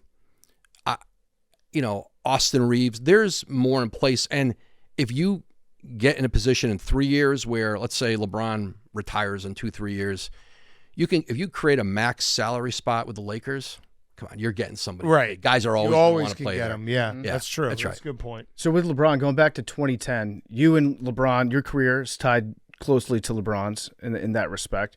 Talk about what happened in 2010 with him and what path that sent you on. It changed my job. It changed how you cover the NBA, like what an insider was. I went to Yahoo in 2007. I was a suburban newspaper columnist, Bergen Record in New Jersey, home of Diana Rossini. Good reporter. She was great reporter. Great reporter. Great reporter. She used to date the guy who used to cut my hair, my kids' hair in town. I remember him telling me, like, I'm dating this reporter from Channel 2 or Channel 4 in New York City. I'm like, wow. And it turned out to be Rossini. Yeah. Turned out to be She's the an great Diana incredible Rossini. reporter, yeah. She is. Yeah. But I was just a suburban newspaper columnist, and I went to Yahoo. Dan Wetzel, who you guys know, one of the greats. Yeah. Dan was at Yahoo, and there was an NBA job open, and I take that in 07 or 07. But by 2010, Twitter's come along, Like where now people are, or maybe it was 10 or 11, but now there's like sort of this instant scorecard of breaking news.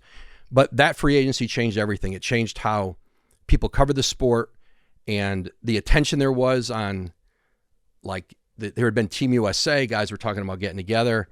And now, like, the offseason, it was almost like what college football, college basketball is, right? You had the sport and then you had recruiting. And they're like two separate things. And the deals and, like, the team building became a huge part of it. And LeBron made it okay for guys to say, I'm going to go play wherever I want, with who I want to play with. And that he took a lot of shit from a lot of people about going to Miami, winning with that group and building super teams. And he made it like, I don't know if Kevin Durant could have done what he did with Golden State if LeBron hadn't done it, right? Yeah. Right. And so, but it changed the job and it changed how you approached it. And like, there's lots of different ways to cover basketball. Everybody has their strengths and come at it from a different point of view. That's why, like, you want to read it all, you want to hear it all. Like, everybody doesn't have to do it exactly the same. Why would you want them to?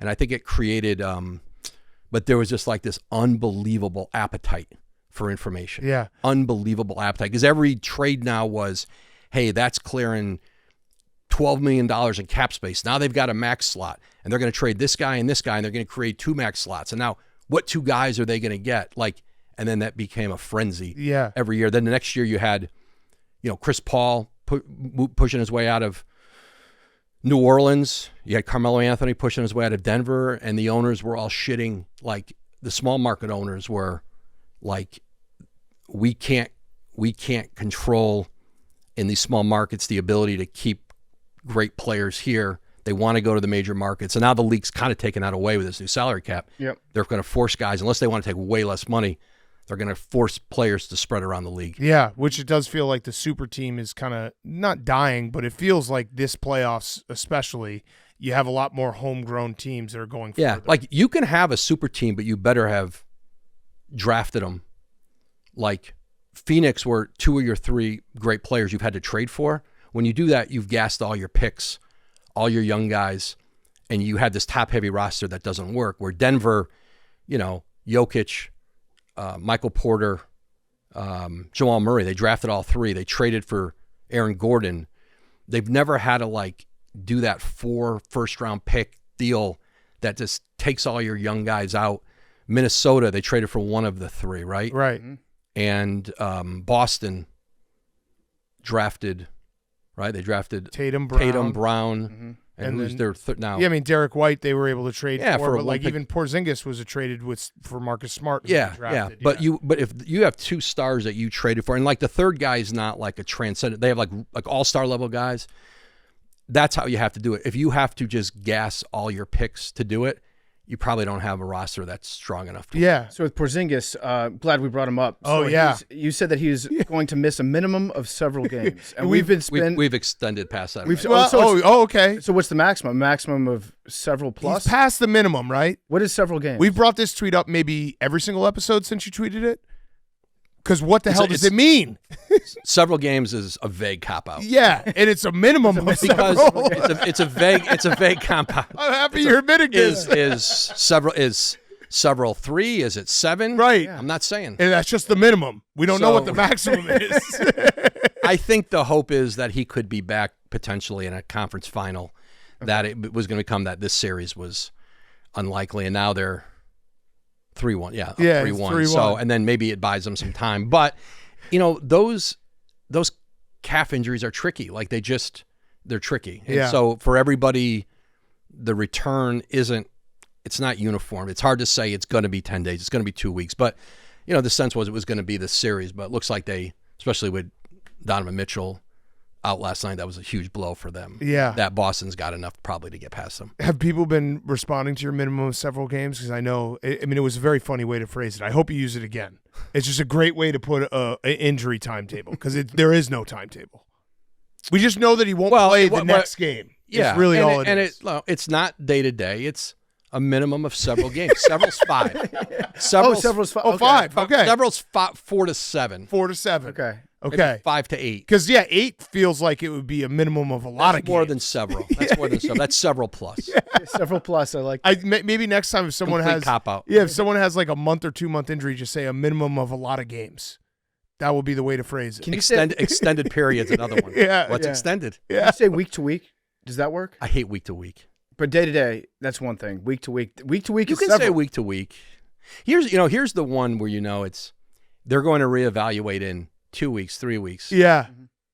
They reevaluate that thing every single day. What do you think? Like, hey, next Thursday we're going to bring them back into the doctor. They're pouring over these guys every day. But what the teams know is, if we say reevaluated in 3 weeks or 4 weeks, it buys them time. They don't have to answer the question every day. Right. Hey, how's Porzingis doing? We're going to reevaluate him next Friday. Yeah. No, they're going to reevaluate him next hour and then Yeah. 3 hours, then after lunch again. But Yeah. We're not going to answer that's the the question deal. until next Yeah. Friday. Yeah, that's right. what We're not I'm going to answer the saying. question until then. So the LeBron 2010 year was huge for your career. What was, besides LeBron, who's the one player that, like, if you didn't have them and the way they treated you, you wouldn't be where you are today? Kobe. Yeah. He gave me credibility covering the NBA. What, just 'Cause he by would- answering your questions and talking to you? Just by talking to me. Wow. Yeah, he would give me a lot of access. He understood, however we hit it off, but he also understood before a lot of people covering the NBA, when I was covering the NBA, how big of a reach Yahoo Sports had. Like back then, and Yahoo's still significant, and there's tremendous people there. I loved my time there. People I worked with Passon there, obviously Wetzel, a lot of other guys, but Kobe understood the reach of it. Like back then that was the homepage for, like, on the internet. You logged into the internet and it was like you got your mail there. You saw what the weather was going to be. If somebody looked at their stocks, it was all there. Like that was sort of everybody's homepage. So if you got stories out on the front of that, it was like a fire hose. And so he got the reach of it, but him talking to me, him giving me access, he would sometimes say when he wanted to get something off his chest, it would always be like a cold Midwestern city in the winter. Can you get to Minneapolis? Can you meet me in Indianapolis? It was always like a place I might be in for a day. Plus, it was never meet me in Miami. Yeah. Sometimes it was LA. And so it gave me tremendous, it just expedited things for me. And I think people saw, well, if he's talking to him, it gave me credibility with players, with everybody, agents, and so that was he was huge for my career. Was it anything besides Yahoo? Like, was it like he just kind of liked you? Because it does feel like we always. I think talk he about understood the platform, but he liked someone who was competitive, and he liked that I was competitive in my job. He always wanted to talk about it. He always wanted to talk about competing, how you do things, and he loved that part of it. He understood like so much about my job, his world. I remember this. I remember talking. I would always try to talk him out of getting on Twitter, and I said, Kobe, Twitter's for small talk. You don't do small talk. You do big proclamations. Because I knew the minute he got on Twitter, he doesn't need to talk to me all the time. Right? Smart. Yeah. Yeah. It's like what he did at the Olympics. He would go, he'd spend, when he was older, like 2012, he was on the team with Westbrook, Durant. I don't know if Durant was there. Westbrook was there. I'm trying to remember if Durant was at the Olympics. I don't know if he was. 2012, he would spend the entire time like telling Russ, guys would tell me, why are you letting KD win scoring titles? You should be winning scoring titles. And like if he could just send Russ back to Oklahoma City with that thought in his mind, if it would just throw OKC off just a little bit. Yeah, a little bit. But they were at the point where the Lakers they were passing them. Yeah. But everywhere he was, he had he looked at how he could take a situation and manipulate it to his and compete. Yeah, compete. Yeah. So like get an edge. So you mentioned it.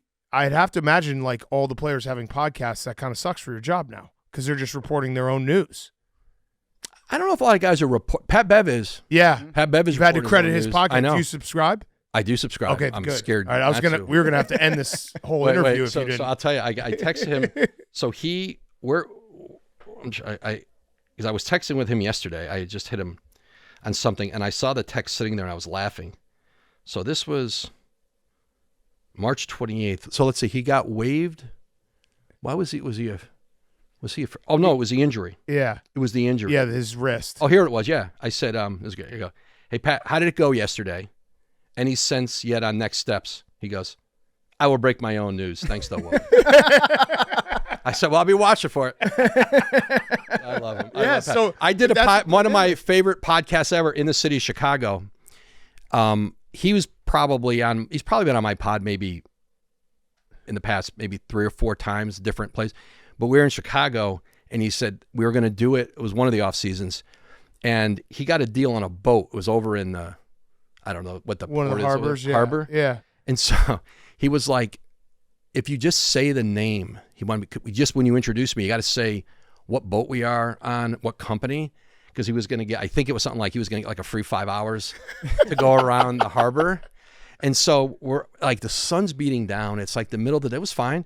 So we're out there. The audio, imagine the audio sitting out on the deck of a boat. It's not great. And the sun's beating down on us. And we're sitting on the deck of this. It's not a yacht. It was a boat. And we do the podcast out there. And it was like, all I could think of was that Entourage where they were like Rufus from Home Solutions. Yeah. And Johnny Drama had the hat on sitting on the couch. Yeah. I was like, whatever the name of the boat was, but I left town. He went out and had like a whole day on the beach. I think he got it for free. Yeah. I had to say the name of that. He's like, I'm telling you, Woj is going to say your company. Yeah. It's going to go to millions of people. I got this. Yeah. It wasn't going to millions of people, but it went to somebody. Yeah. So we got to talk about the James Harden situation where you broke the James Harden news. You were going to get on a plane. And what time was your flight? So I usually make my flights, like I fly a lot Newark to LA. I try to do it. There's a 7:30 p.m. There's an 8:30. I leave as late as I can, so I'm in the air for the least amount of time that shit could happen, news can happen. And when I fly back, I either fly back on a 9 p.m. Pacific flight, so that's midnight Eastern, or the 11 o'clock. So I know, like in that range, it's pretty rare. Middle of the night, something's going to break, but I don't want to be on a plane in the middle of the day where, like, sometimes wireless works, sometimes it doesn't. But whatever the time was, I want to say maybe it was a 6:30. It was a 6:30 or 7:30 flight, because I remember I got to the airport around, like, just about an hour before my flight, and I got a sense from the teams that, like, this trade could happen tonight. And I said to one of them, I've got a flight, leaves it. I don't know if it was 6:30 or 7, maybe it was 7:30. Should I get on that flight? They're like, I wouldn't get on that flight. I'm like, okay. So I just go up to the, you got that United Lounge, and I'm just set up in there, and I'm like, I know I'm just not taking the flight. And so I'm going to sit here and wait until this thing goes down, if it's going to go down. And then at like 10:30, like, the United Lounge is closed. Get out of here. Yeah. Right? Get out. So then I go down the escalator, and then there's like just the open seating, right? So now it's like 11, 12, 1. So I texted my wife at some point. I'm like, hey, I'm probably coming back home tonight, like 6 a.m., whatever. We'll figure it out. But she's like, whatever. Like Tom Hanks. I don't care. I probably like around, yeah. So anyway, but then I realized I got to a point where I saw, like, my flight landed in LA and the trade still hadn't happened. I was like, son of a bitch. I could have been on it. And then it's like, now I got to center, like, hey, listen, it's probably going to be around. They were waiting for somebody to get in. It was like, this is going to be like around 2 a.m. You're going to be able to put this out. And so now, like, the Zamboni machine's like running through the airport, right? The big machine that's cleaning the thing. So it's just me and that guy going up and down. And then, like, some guys got off some late flights, and, they're sort of looking at me like, and they sort of recognized me. It's like, what is this guy sitting in an empty, a couple of guys, like, what is he doing here? I'm just here. And so finally 2 a.m., right? That thing got done. And then by the time I got, like, it was like 3:30 a.m., I packed up, took a Uber back home 30 minutes, and then came back and flew the next day. You still got it. That must have been like I can still do this, all hours of try night. to stay awake. Yeah. If you ever see Woj just sitting by himself somewhere, you know that someone's about to get traded. Yeah, something's happening. Yeah, that's 100% going to happen. Yeah. That just shows. I mean, you guys, how many hours a night do you sleep?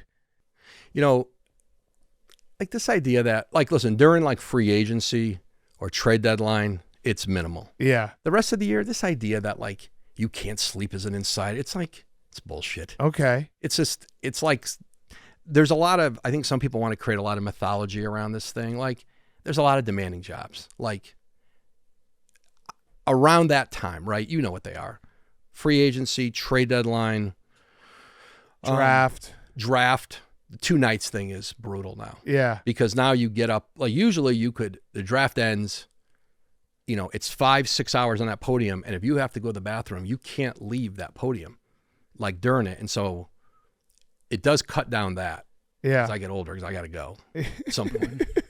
But the idea though, as soon as that thing's over at pick 30, teams are going to start making trades for the next day. Like you're going to be up that, like, That's not, I'm whining about it, but like, Yeah. but I get why we want to do the 2 days. And listen, if Bronny is like, I wonder if the league will send a memo out and say, hey, like we need him for the second night. Yeah. Don't be taking him. Yeah. 30, right? But who knows when he could get picked. And so I do think having Bronny in this probably, if he makes it to the second night, that'll be the story, right? Yeah. Do you think that there is going to be a team that takes a chance on Bronny just in the hopes that maybe LeBron will come play for this team later?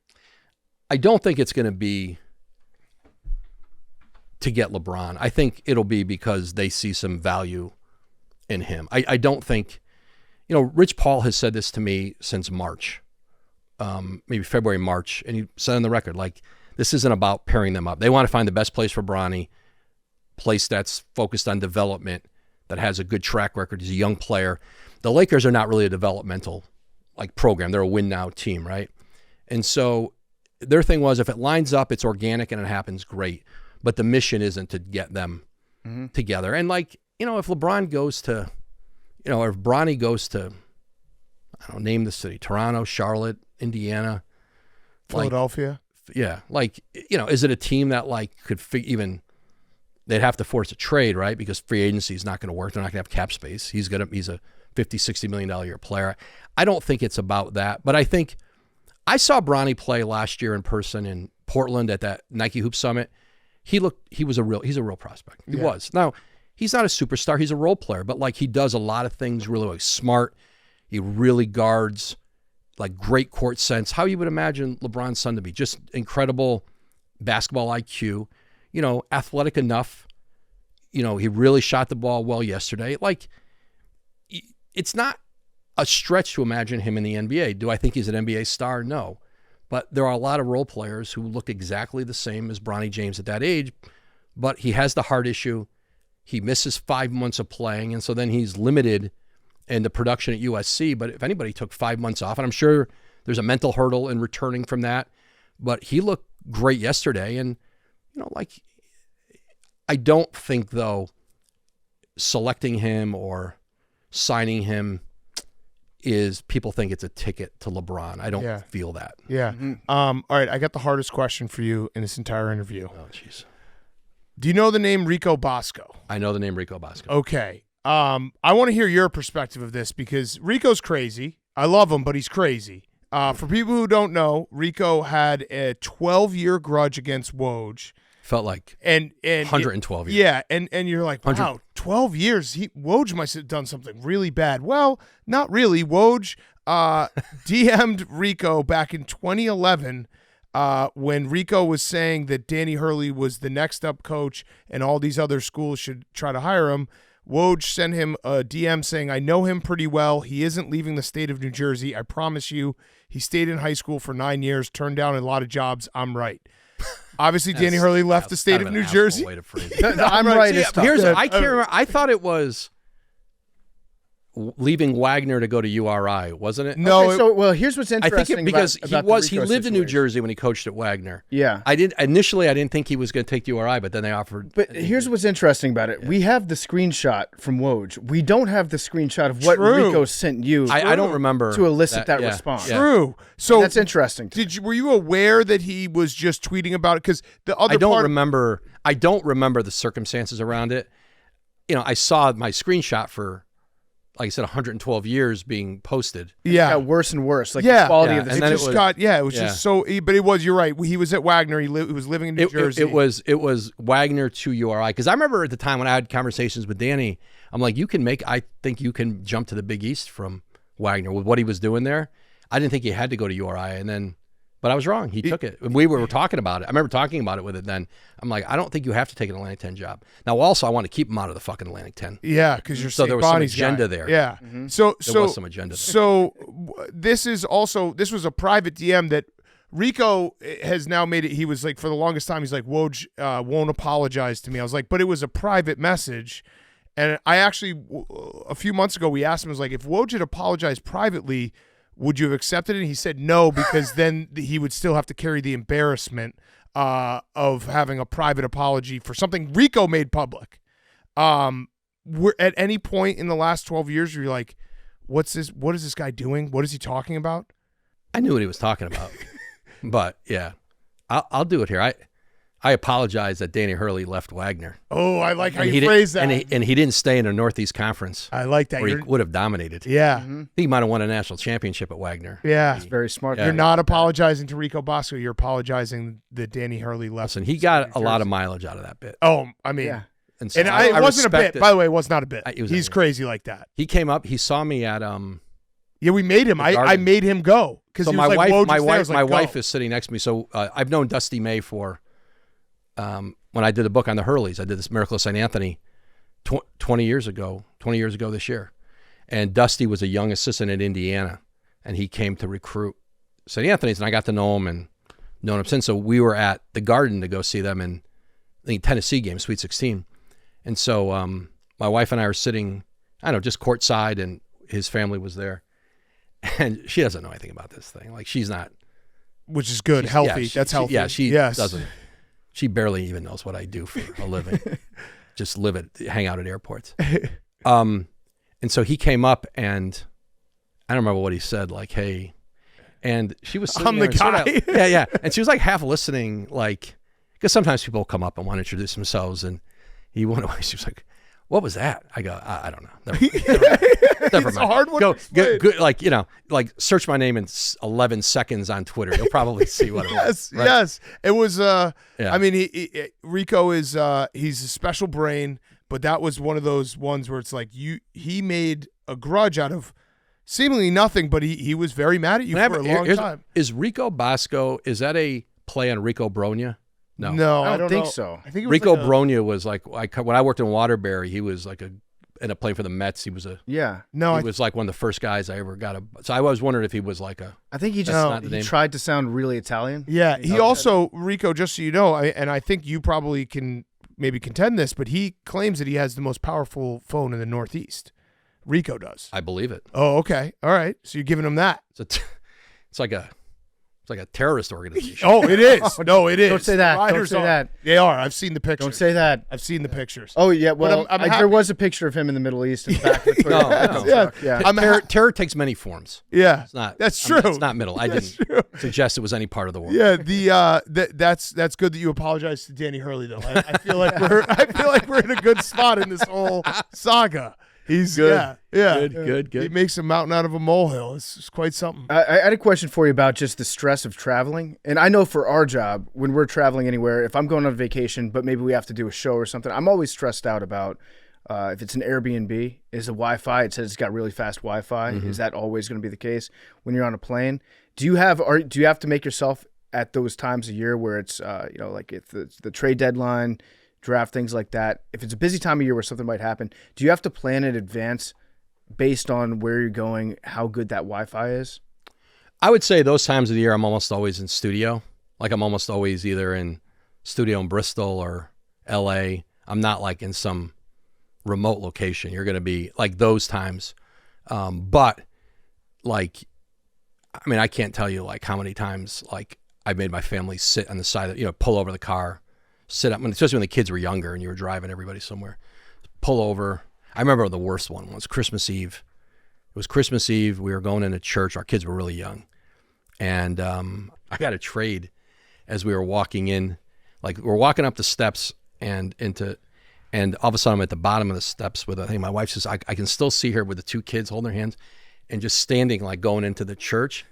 Just shaking her head like, you asshole, you asshole. This is a life you married into. And it was like a Kings Grizzlies trade. It might have been like, I can't remember what it was. It was like 2007, 2008 was early.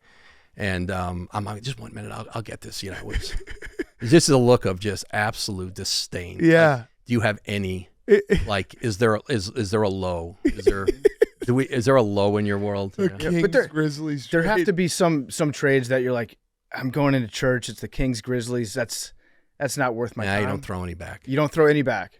Especially then, like then it was like, that was very early. It was still a big deal to, I mean, it's always a big deal to, you know, break a trade. I mean, there's only, like, I'd say this. I always think Adam's job is much more taxing.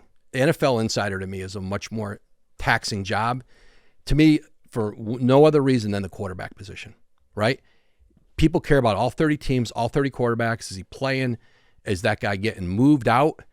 Who's the starter? Who's starting this week? Is he going to be ready Sunday? And for all 30 teams. And to me, that position and then free agency trades, like to me, just that position alone makes, or 32 teams, right? Makes the job way harder. I always love going up to Bristol when Schefter's doing free agency or trade deadline. And if I can go up there for the day, I did it this year. I guess it was free agency. It was beginning of free agency. And I just sit there. It's like watching like a lion in the wild. Right. Like just sit and watch him. I go get him water. I got him some, I went to the Cap, got him some gum, you know, drove him back to the hotel later, you know. I like that, watching Adam Schefter on it just, you know, and then it's like deadline. PTSD, but you just watching him go through it. But he's the best. Yeah. He's the best ever. So I guess we could ask it this way. Could an NBA newsbreaker translate better to the NFL, or an NFL newsbreaker translate better to the NBA world? I think like a good reporter, you could parachute them in anywhere, like school board, covering City Hall cops, NFL, NBA. Like if you can report, you can report. And if you give them time to build relationships, figure it out, I think you could put somebody who's a pretty good reporter anywhere. So yes, now you're starting at zero, and it takes, I mean, I've been doing this for, you know, you build these relationships over a very long time. Like when I started as an NBA insider, like the guys who were low-level executives who were just barely in the front office, or low-level agents, or G League coaches. Like when I started, like Nick Nurse was a G League coach I knew, you know, becomes a championship coach, and front office guys. Sam Presti was the assistant GM with the Spurs. And so you have the years of those relationships, and then the people around them that you get to know. And so, but it takes a long time. Like you just couldn't do it overnight. Yeah. So is it always going to be basketball for you, or are there other interests that you'd like to get into further in your career? Further in my career? Well, I mean, like election night, are you going to tweet who won the election? Because it's not going to be real until Woj announces it. I don't think so. No. Okay. No. Would you have reported a guy getting waived on Christmas Eve? I'm trying to find it. I want to find this. Okay, I would say now teams are much more reluctant to do that shit on Christmas Eve. Yeah. Because they know the response. But before social media, I bet it happened a lot more. I remember Scott Skiles got fired on Christmas Eve, didn't he? Yeah. The Bulls?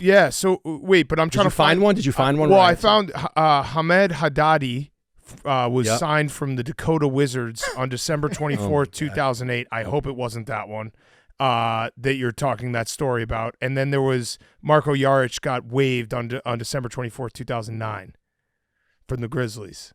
I looked through all Kings and Grizzlies transactions. I may be wrong about the team. Okay, all right, I may be all right. wrong about No. the teams. Maybe I wish it was Grizzlies. like a Marko Jaric getting waived. And It was just like, Christmas come on, Eve. I don't Woj. like we've got to. I know the I wanna agent, find okay. how Right. sad I this know was. I know the agent who at the time told me my guy just got traded, and I just saw him, and I'm going to ask because I'm not remembering who was in it. But when Okay. we leave, I'm going to text. Yeah, you. and we'll Who put did it you in. text Yeah. me that day? 'Cause Yeah. I remember who told me it. Yeah. and I just saw him. So Yeah. it was Christmas Eve. I was walking. I can still see my wife at the top of those stairs, like death glare. Yeah. All right. So you're here for the draft. This is a weird draft because it feels like everyone's like, this draft stinks. You hear people say it's like if a regular draft started at 5 or 6. The Hawks win it with the 3%. So Hawks, and like the city of Atlanta's sports, just whatever happens in Atlanta, it's always kind of like, oh man, that was a bummer. But to win the number 1 pick here, does that give them any flexibility going forward? I know they want to probably maybe trade Trae Young. But is this something that teams are even interested in? Well, if you're the Hawks, especially because you've traded away the picks like in the DeJounte Murray deal where you don't have your pick next year. So, they're sitting there expecting to pick at 10. Right. And now we're at 1, and now we control the draft. So, I mean, I think it's huge for them, but they've got to figure out who that guy is. There's going to be a star in this draft. There might be multiple stars. But the day of the draft, I said, it reminds me of 2013, which was Anthony Bennett went 1, and Cleveland was on the clock until, if the draft started at 7:30, they hadn't decided until 7:20. They were still trying to trade the pick. It was chaos. And they missed the pick. I mean, but Giannis goes 15th. Rudy Gobert goes 27th. There'll probably be somebody in the teens who ends up being an All-NBA player. It's your job to figure out who it is. I have a hard time seeing people moving up to 1 in this draft because I think maybe if it's at like a team at 2 or 3 that wants a guy and then they just trade down one spot, like Ainge did with Philly. Yeah. Right? They didn't want Markelle, like they knew Philly wanted Markelle Fultz. And they said, hey, we want Jason Tatum at 3. So not only do they move down and get Tatum, they get another pick from them. Right. Mm-hmm. You said starting to think that trade is not going to work out for the Sixers. No, I don't think so. Not. You said before we started that you had a good Danny Ainge trading story. So they were getting ready to trade Rajon Rondo to Dallas. I don't remember the year. And I texted Danny, hey, I'm hearing from people. I'm getting the sense that you're really starting to look to move. Rajon, give me a call. I want to catch up with you about it. And no response, 15, 20 minutes, half an hour. I get a text, and it says, Donnie. And it is a text with the terms of a Celtic-Dallas trade. Possible names in it, picks. And I'm looking at this going, holy shit. Like, he sent me the wrong text. He sent a text for Donnie Nelson, the Dallas GM. He sent it to me by accident. Whoa. With, like, their back and forth on the trade.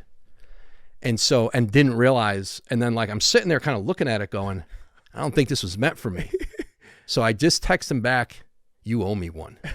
And then my phone rings, and he is laughing hysterically. Oh, that's great. And I said, just don't let me get beat on this whenever it gets done. Yeah. I didn't. And you didn't? I didn't He gave it to you? All right. I don't remember if he gave it to. I just remember I didn't get beat on it. That's incredible. But I realized it was meant for Donnie Nelson. So that's nuts. Had all the terms in it. Yeah. Is there any trade that you look back on and that maybe one that you didn't get where you're like, I should have had that one? Is there one that eats you up inside? They all. I never feel like one. Like you think about ones. Listen. You want to break everything. You can't break everything. I do remember the costliest trade I ever broke, which was 2012 Olympics in England. Like back then when I was at Yahoo, the idea of being overseas for free, I don't remember. Yeah, it was July. Free agency, I guess, was over. But we're covering the Olympics. The Dwight Howard trade was happening. It was a 4-team trade. I remember being in the lobby of this English hotel in London, like I want to say it was like 3:15, 3:30 in the morning when I felt like I got it, and it was 4 teams. And back then, like I didn't really know how to handle a calling plan for overseas, like on your cell phone. It wasn't unlimited. Mm-hmm. And they were always pretty liberal with the budget at Yahoo. Like you always felt like you could put in for stuff, but I was going to test this thing. So I get my phone bill at the end of the Olympics. It's $12,000. Oh, Jesus. $12,000 phone bill. Oh, my God. And I'm like, all right, you can get, I'm like, this is really going to test the limits of, and I put in for, as I called my editor when I got back, Dave Moore, I go, hey, Dave, this is, felt really good about the Olympics. We got that trade. We got some really good stuff. Good news first, yeah. But the phone bill's $12,000. Yeah. He's like, oh, man. Yeah. But they paid it. They paid it, yeah. That's incredible. Try that at ESPN now. Yeah. It wasn't so easy where you just land somewhere and your phone tells you like, welcome to Canada, welcome to England. No, Here's how you tap. And I knew, you know what, there was a point where I knew I was over like, whatever, it was 100 minutes or 200. Like I knew I had gone through it. At first I was trying to be kind of careful with it.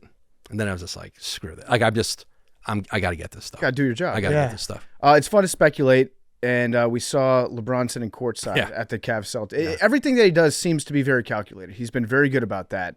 He's sending some kind of message. I don't know what the message is, but I think there's nobody better to ask than you about what that message could be. Yeah, I asked about that this morning with somebody who would know and was told to not read any message into it, that it was legitimately, I think they were in Cleveland for Mother's Day, he and his wife, knows a lot of the players in the game, young guys who've come through his camps, obviously has the connection with Cleveland.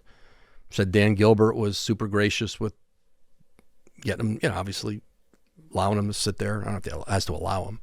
And so to not read anything into it, I said, now, he knows when he does that, it's going to be a conversation. I think he came in, I'm not sure he was there for the tip. I think he kind of came in but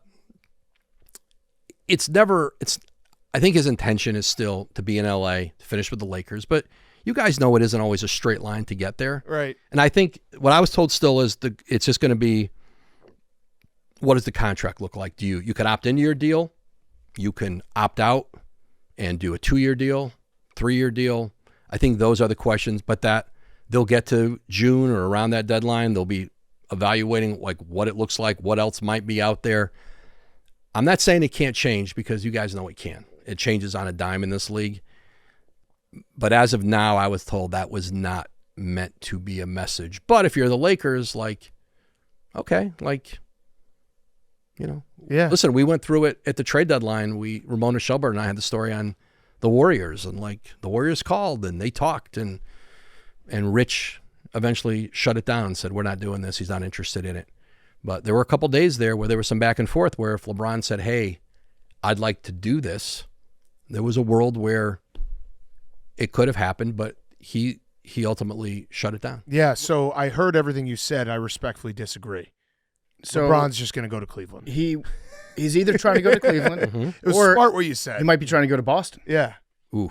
Oh, interesting. We didn't address Or he's that. trying to get Tatum to the Lakers. Just recruiting in person. Oh. There's a lot of things that can There's a lot happen there. here. Yeah. Yeah. LeBron in Boston, that would be. Does that frustrate you ever when you're like, we're fans. We like to play fan fiction. We like to just make stuff up. Are you ever like, everyone's just making this up and it's not in facts?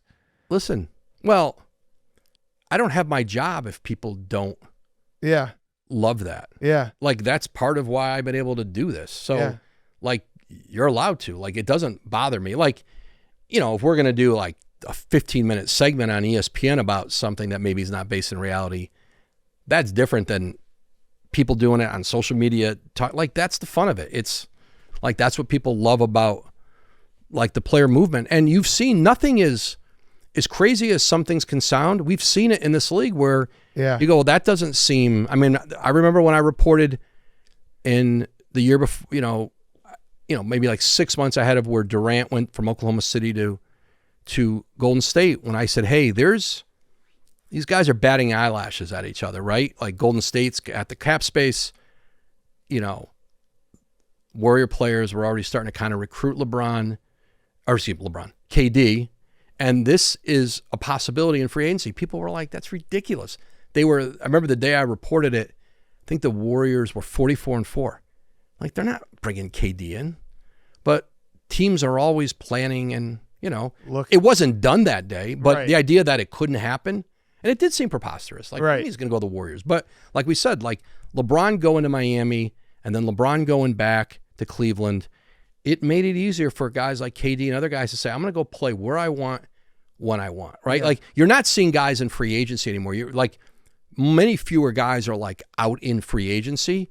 It's I'm going to sign the Supermax where I am. I'm going to take my money now, and I'm going to fix the destination later. I'm going to go in the portal. Yeah. Right? This is going to be a summer of a bunch of guys in the NBA portal. Yeah. I'm not taking less money to go somewhere as a free agent. You'll just trade me. Yeah. There. What about when anonymous Twitter account starts getting some things right? Do you have to look at it and you're like, oh shit, they got this? Or we had the material change kid. I can't remember what free agency That was Kawhi, I think. Yeah, it was Kawhi, where he just reported something and then was way wrong, and it was it was a material I change. think he was going to go to the Lakers, maybe. Yeah. And he went to the Clippers. Yeah. According to this guy. Yeah. But is there ever someone who's reporting something that's they're anonymous, but they just got 2 in a row that are right, and now I got to start looking into this? I think you can predict. Like, there's a difference between predicting and reporting. Right. I've got a report.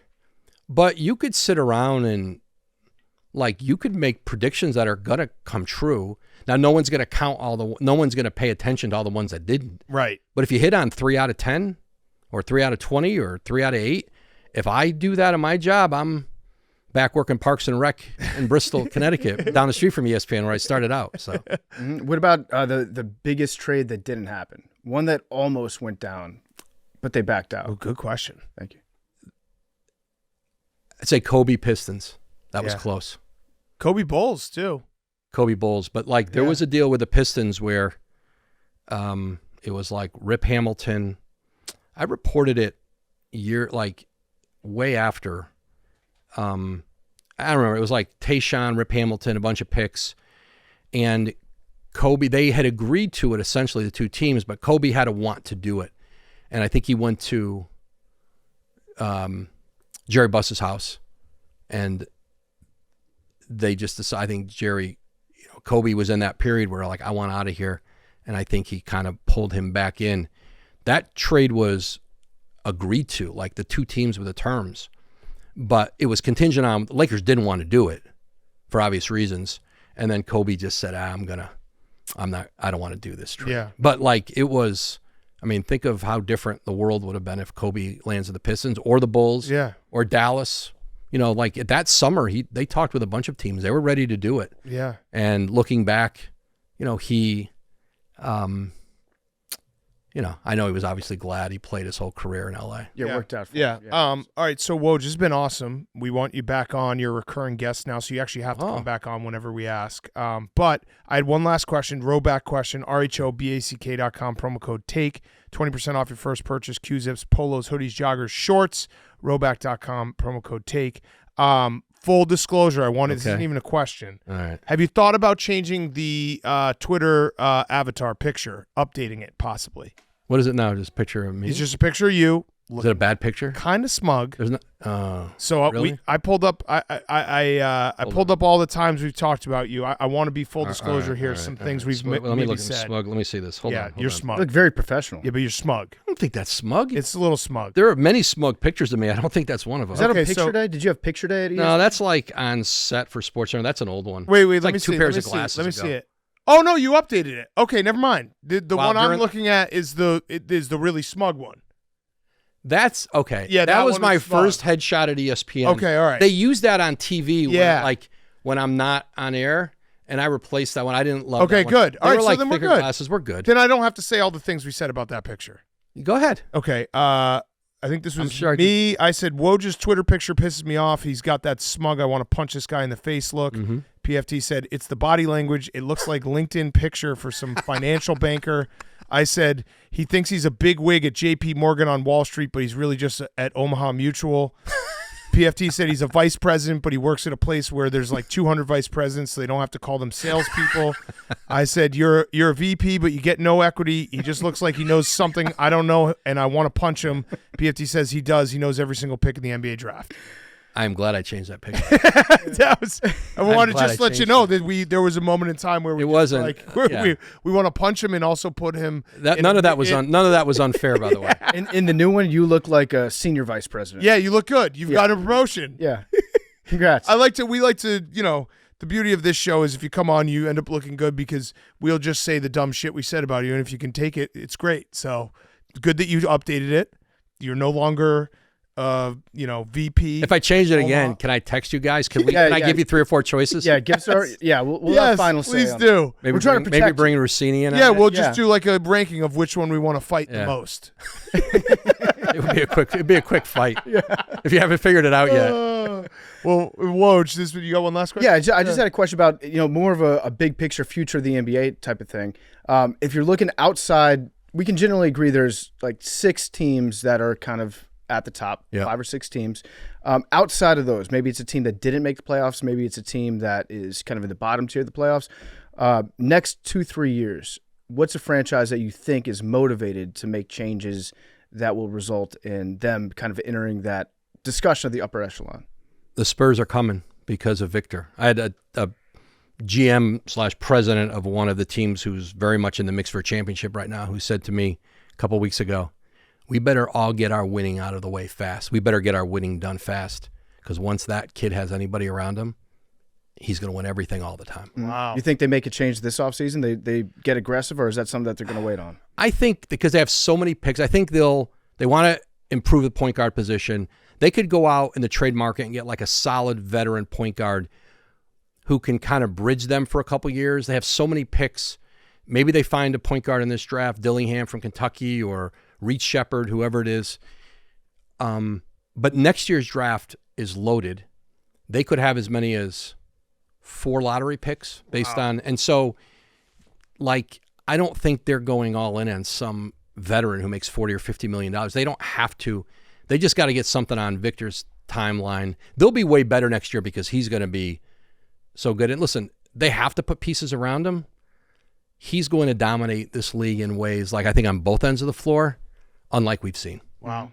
All right. Hey, good question. Well, Woj, this has been awesome. We really Great, guys. I appreciate it. By. Honor being here. Yeah, a lot of fun. And yeah, when we call on you in the future, you're gonna have to come on. I will step to. We're Woj guys. I appreciate that. Woj was brought to you by our great friends over at Facebook. Everyone should explore their interests, and if you do it on Facebook, there's a world of possibilities that open up to you when you tap into the people and the products on the platform. With Facebook Reels, you can discover so many sports tips, tricks that can seriously up your game. I need some help with my golf game. I'm going to be checking out Facebook Reels. I've got a tournament coming up this weekend. Haven't been on the course. Guess where I'm going to fix my swing? Watching Reels on Facebook. First and foremost is the people on Facebook. You can use Marketplace, groups, and Reels in your interest exploration. What's so amazing about Facebook is where it's going to take you. We're on Facebook. You can check out Part of My Take on Facebook, put the best clips up there, maybe some of the worst clips too. If you want to discover more, visit Facebook. Check Facebook out today. Woj was also brought to you by Visible. If you haven't heard of Visible, now you have. They're the wireless carrier that's making wireless visible. It's in the name. Just switch to Visible, the wireless company that makes wireless visible. Get a one-line plan with unlimited 5G data powered by Verizon as low as $25 a month every month, taxes and fees included. Use promo code TAKE20 to get $20 off your first month just for listening to this podcast. If you're listening to PMT right now, we can save you $20 off your first bill, your first month, when you use promo code TAKE20. One-line wireless as low as $25 a month, taxes and fees included. Unlimited 5G data powered by Verizon. Switch now at Visible.com. You can save on wireless with unlimited 5G, and it's powered by Verizon. Switch now at Visible.com for data management practices and additional terms. Visit Visible.com. The Visible monthly rate is $25 a month. But you can switch now at Visible.com. And now, here's Shane Bacon. Okay, we now welcome on a recurring guest, friend of the program. It is Shane Bacon. He is in Louisville, Kentucky, at Valhalla for the PGA Championship, which starts on Thursday. And we wanted to get some insight into the tournament, talk to Shane. He also is bringing back the Get a Grip pod, so go subscribe now. He also has a children's book out that I actually read to my kids. They love it. Only problem is too long, a little too long. We skipped some pages, which is tough because the holes are numbered in the book. But you've probably been there where you're like, all right, we got to get through this book. We're going to skip. Oh, we're at hole 4. Now we're at hole 11. Big Cat, I'll tell you this. I also skip holes with my daughter. Yes. So if it makes you feel any better, you're not the only one. The guy that actually wrote the book also skips as well. But good to see you, boys. I just talked to Mr. Homa, who I know you'll be paying close attention to. And his exact quote was hoping to be Seabiscuit this week in Kentucky. So we'll see if that actually happens. I like from that. Mac. I like that. Not Secretariat. Wait. Seabiscuit. Seabiscuit is dead, though, right? They're all dead. Well, I mean, legends die, Big Cat. You know that. Yeah, Seabiscuit died a long time ago. But wait, wasn't Seabiscuit small? Well, it was a horse. Yeah, but it was like small for a horse in horse sense. I like that Max is getting into it because I feel like there's going to be a lot of that horse puns all weekend on the broadcast. Horses and whiskey. Yeah. Prepare yourselves for a lot of that this week. Mm-hmm. They're pushing that pretty heavy. I think there's like little thing like the big booths and structures around the golf course that are kind of promoting that as well. So that's going to be a big part of the week, as to be expected. Yeah. It would rock if they put like a wreath of like black-eyed Susans or roses on the winner right afterwards, like they're a horse. Yeah. And then have a horse come up and interview them. Yeah. That's my favorite part of the Derby. But we were just talking about Max Homa, so I want to make sure to talk about him right off the bat.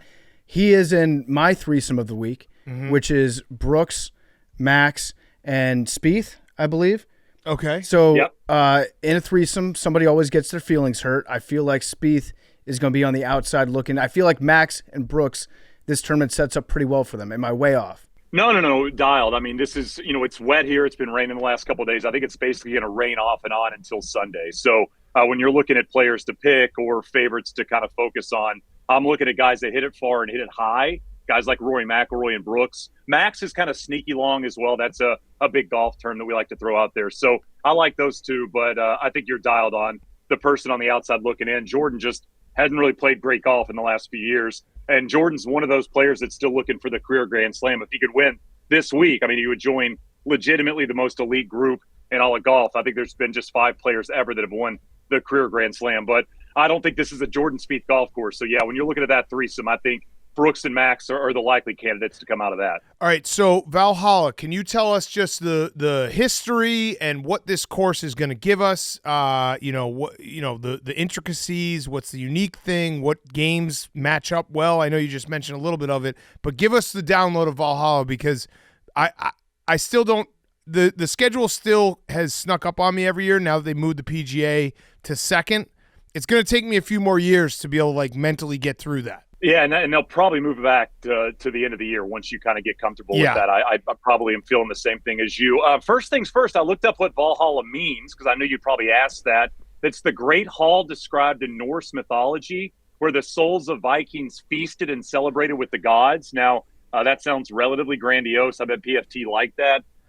But it's a golf course that hasn't hosted a million major championships. This is just its 4th in terms of PGA championships. Marks Brooks won the first, and then, of course, they get Tiger winning in that duel with Bob May, and then Rory won in 2014. It's a golf course that has 2 completely different 9 holes. I was talking to a couple of the players today, and they're talking about the front 9 and the back 9 almost look like different golf courses, but it is really, really long, and I mentioned it's really soft, so I think it favors longer players. Like, I'm looking at Rory, kind of looking on, like, the sleeper sides of things. I like Minwoo Lee, who has had some success this year and has played well in majors as of late. Sahith Theegala, also a guy that I'm kind of focused on this week, maybe outside of those top 5 players. But you got to beat it forever, and you got to hit it relatively straight because the rough is gnarly and it's going to play like that. And when you look historically outside of Mark Brooks, Tiger in 2000, one of the longest guys in golf, and Rory, of course, in 2014, the longest guy at the time and still one of the longest players in golf. So that's kind of what you're going to get here this week. Yeah, I think Valhalla, if I remember my Mad Max correctly, and I think I do, it's where the like souls of warriors go there in the afterlife.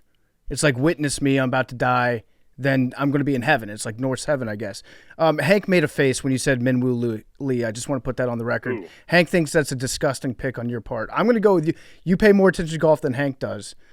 So I'm gonna tell you play on that less one. than Hank. I play less than Hank as well. Yeah. So that's a definite. But from an outside, he'd be one of the guys that's a long shot that you're looking at that his game translates well. Yeah, I mean, he's one of the longest guys on tour. He's 8th on the PGA Tour this season in driving distance. He's got kind of more comfortable over the last couple of years in terms of majors, top 22 and 3 of his last 4 major starts, including a tie for 5th last year at the U.S. Open. I feel like Minwoo Lee is kind of waiting to break through in that regard. So even though Hank kind of hates the pick, I feel like Minwoo Lee's going to have a good week this week. If he hates it, it's a good pick. Yeah. So you said the front 9 and the back 9 are like 2 different courses. In what ways are they different? I mean, just like undulation, what the holes look like. It almost looks like they took 2 different 9s on 2 different golf courses and kind of married them together.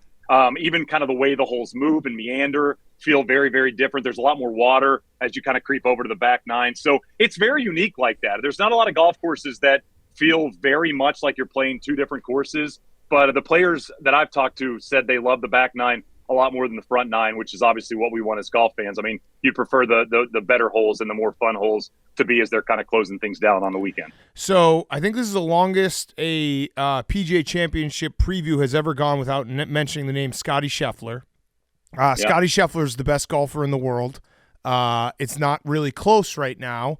Is this just going to be another Scotty Scheffler tournament? I mean, he's it's crazy what he's doing. And it's not just the Masters. It was before the Masters. But is anyone even close to him? If Scotty plays his A- game, can someone beat him? No, not at all. If he's anywhere in the A's, even the B's, I feel like Scotty's going to win. I mean, 4 wins in his last 5 starts. The one win he didn't have was the T2, where he missed a 10-footer, and it would have been 5 straight.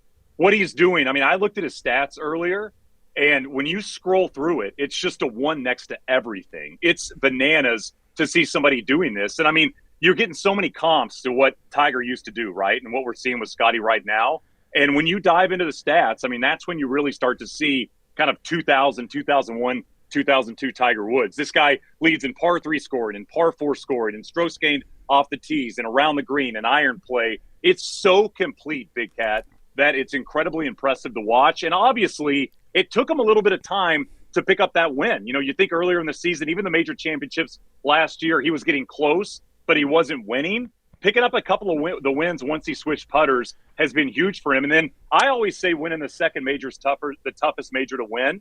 Anybody can kind of win one, right? I mean, you go through the history of golf, there's a lot of quote-unquote no-names that have won 1 major championship. There's not a lot of no-names that have won 2. And when you look at these young players, we've got a list of one-time major winners. So to pick up that second, to win the Masters, now kind of gets it rolling and gets it flowing. I feel like it's going to be more comfortable for Scotty. And also something Scotty has that a lot of the players in the field don't is he's had a couple of weeks off. You know, this is a guy that didn't play last week, and I think that'll bode well for Scotty coming into this week. And also Scotty, a guy that bombs it. You know, this is a guy that we talk so much about the complete game, and the distance is incredible. And Colin Morikawa talked about it after he played with him at Augusta National. He said, you know, I'm hitting 5 irons into some of these par 4s, and Scotty's hitting 8 iron. I mean, I'm just not going to hit it as close as he is. So I think right now in pro golf, it is Scotty on the men's side and Nelly Korda on the women's side, and then everybody else, and the gap is growing right now. It is fun for golf when we have, I know, you know, domination makes it maybe not as fun on Sunday, but like when Tiger was doing it, just going into a tournament being like, if this guy's playing his game, we're just going to get to watch a spectacle. And that's what it feels like right now with Scotty Scheffler. Yeah, I mean, it's you asked the A- game. What I look at is who has to play their A game to compete. I look at Rory, I look at Brooks, even look at Max. I mean, those guys, if they play A+ golf, they can compete and potentially beat Scotty Scheffler. But most guys don't have their A games in major championships. So if a guy shows up with a B+ game, they're just not going to be able to hang with that guy. He's so consistent. He makes no mistakes. He plays really smart. I mean, Scotty's doing all the things that Tiger used to do. You know, Tiger's the most conservative great player ever. You know, that's something that we kind of, you know, misconceptualized when we thought about the way Tiger went about his business. He'd hit to the fat part of the greens. You know, he wouldn't take a lot of chances unless he was super comfortable. That's the thing I see the most similar to Tiger with Scotty, is he knows exactly where to hit it, where maybe he makes birdie, but he's absolutely not going to make bogey. And that's tough when you're trying to chase that guy down. Yeah, what about Tiger this week? He said that he feels like he could win. I would like for Tiger to be in contention. I think he says that before every tournament, though, because he's obviously a competitor, and he doesn't go into a tournament and think like, oh, I don't have a chance at winning. But it's his first tournament with his new line of clothes, right? So maybe we're going to get a boost from that. Played Riviera. I think he was Sunday Red. He played Masters Sunday Red, but I think this might be the first one where you can buy the clothes. So yeah, maybe he does get the boost from, you know, saying, hey, this shirt looked great when I shot 67. Go online and purchase it. You know, maybe there's a discount code or something like that. But, you know, I'm surprised he's playing, honestly. I'm surprised he's playing this golf course, considering the length and considering what these types of venues ask. I look at Tiger right now, and I think the only major he can really contend in and potentially win is the British Open, because firm, fast, warm, things like that play into his hands. It's just going to be tough for Tiger to play at a wet and soft golf course that plays this long when he's 40 and 50 yards behind a Scotty Scheffler or a Brooks or a Rory. I mean, that's just the kind of the window he's playing in right now. Yeah. And what about Rory? I know there's a lot going on in his personal life right now. Probably not the best timing for that, for him mentally to be entering this weekend. Kind of feel bad for him on that front. But he did win last weekend. And we were saying, I don't know if there's any actual like statistical evidence to back this up, but we feel like Rory is the king of winning a tournament close to a major, and then everybody thinking Rory's back, he's going to win this one, and then nothing happens. How does this course set up for Rory, and is he playing good enough where if he has like an A- effort that he could beat anybody not named Scotty Scheffler? Yeah, I would say outside of kind of the news today, he was going to be my pick. I mean, just considering the way he's played coming in. You know, the last time Rory won a major championship, which was at Valhalla, was 2014. He won the 2 events headed in. Well, he's won 2 events headed in here. So when you're kind of looking at reasons to pick Rory, the other thing I think about is like not to get too deep into the personal stuff. I mean, that's Rory's deal and Rory's situation.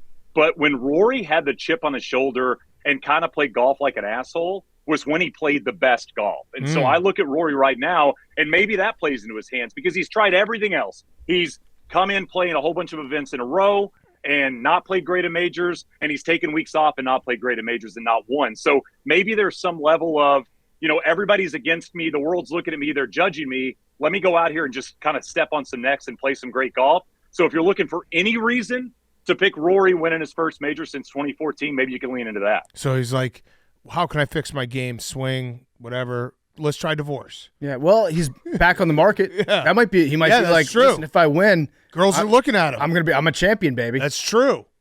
Everyone knows that feeling of like, oh, are those hot girls looking at me? I better fucking crush this drive. Yeah. He crushes most drives. Let me just say that. I mean, it was the number, like the stuff. I was talking to a player today.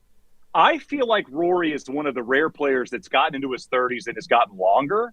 And when you watch him, like watch him at the Wells Fargo last week, I mean, he's able to take on holes and take on bunkers that almost nobody else in the field can do. And the way he drove the ball last week, he's going to have to do it this week to be competitive. But I just feel like he was struggling so much with the driver earlier this year, which is something he never struggles with, right? I mean, that's like Steph Curry struggling from 3. Like, Steph's going to make threes. Like, maybe he gets bumped inside, or maybe he's struggling on defense, but you can rely on the three-point shot if you're Steph Curry. Rory could always rely on the driver, and it went away for about 4 months. Now that it's back, I feel like he can go back out there and kind of smoke it over some of the lines on a golf course he knows well and he's won on. That plays into his hands, obviously. Yeah.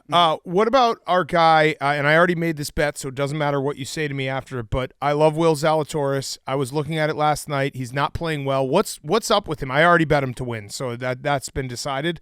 But what's going on with his game, and does he have – because it always feels like when Will Zalatoris is playing well, he'll be in the mix, but does he have a playing well in his bag right now?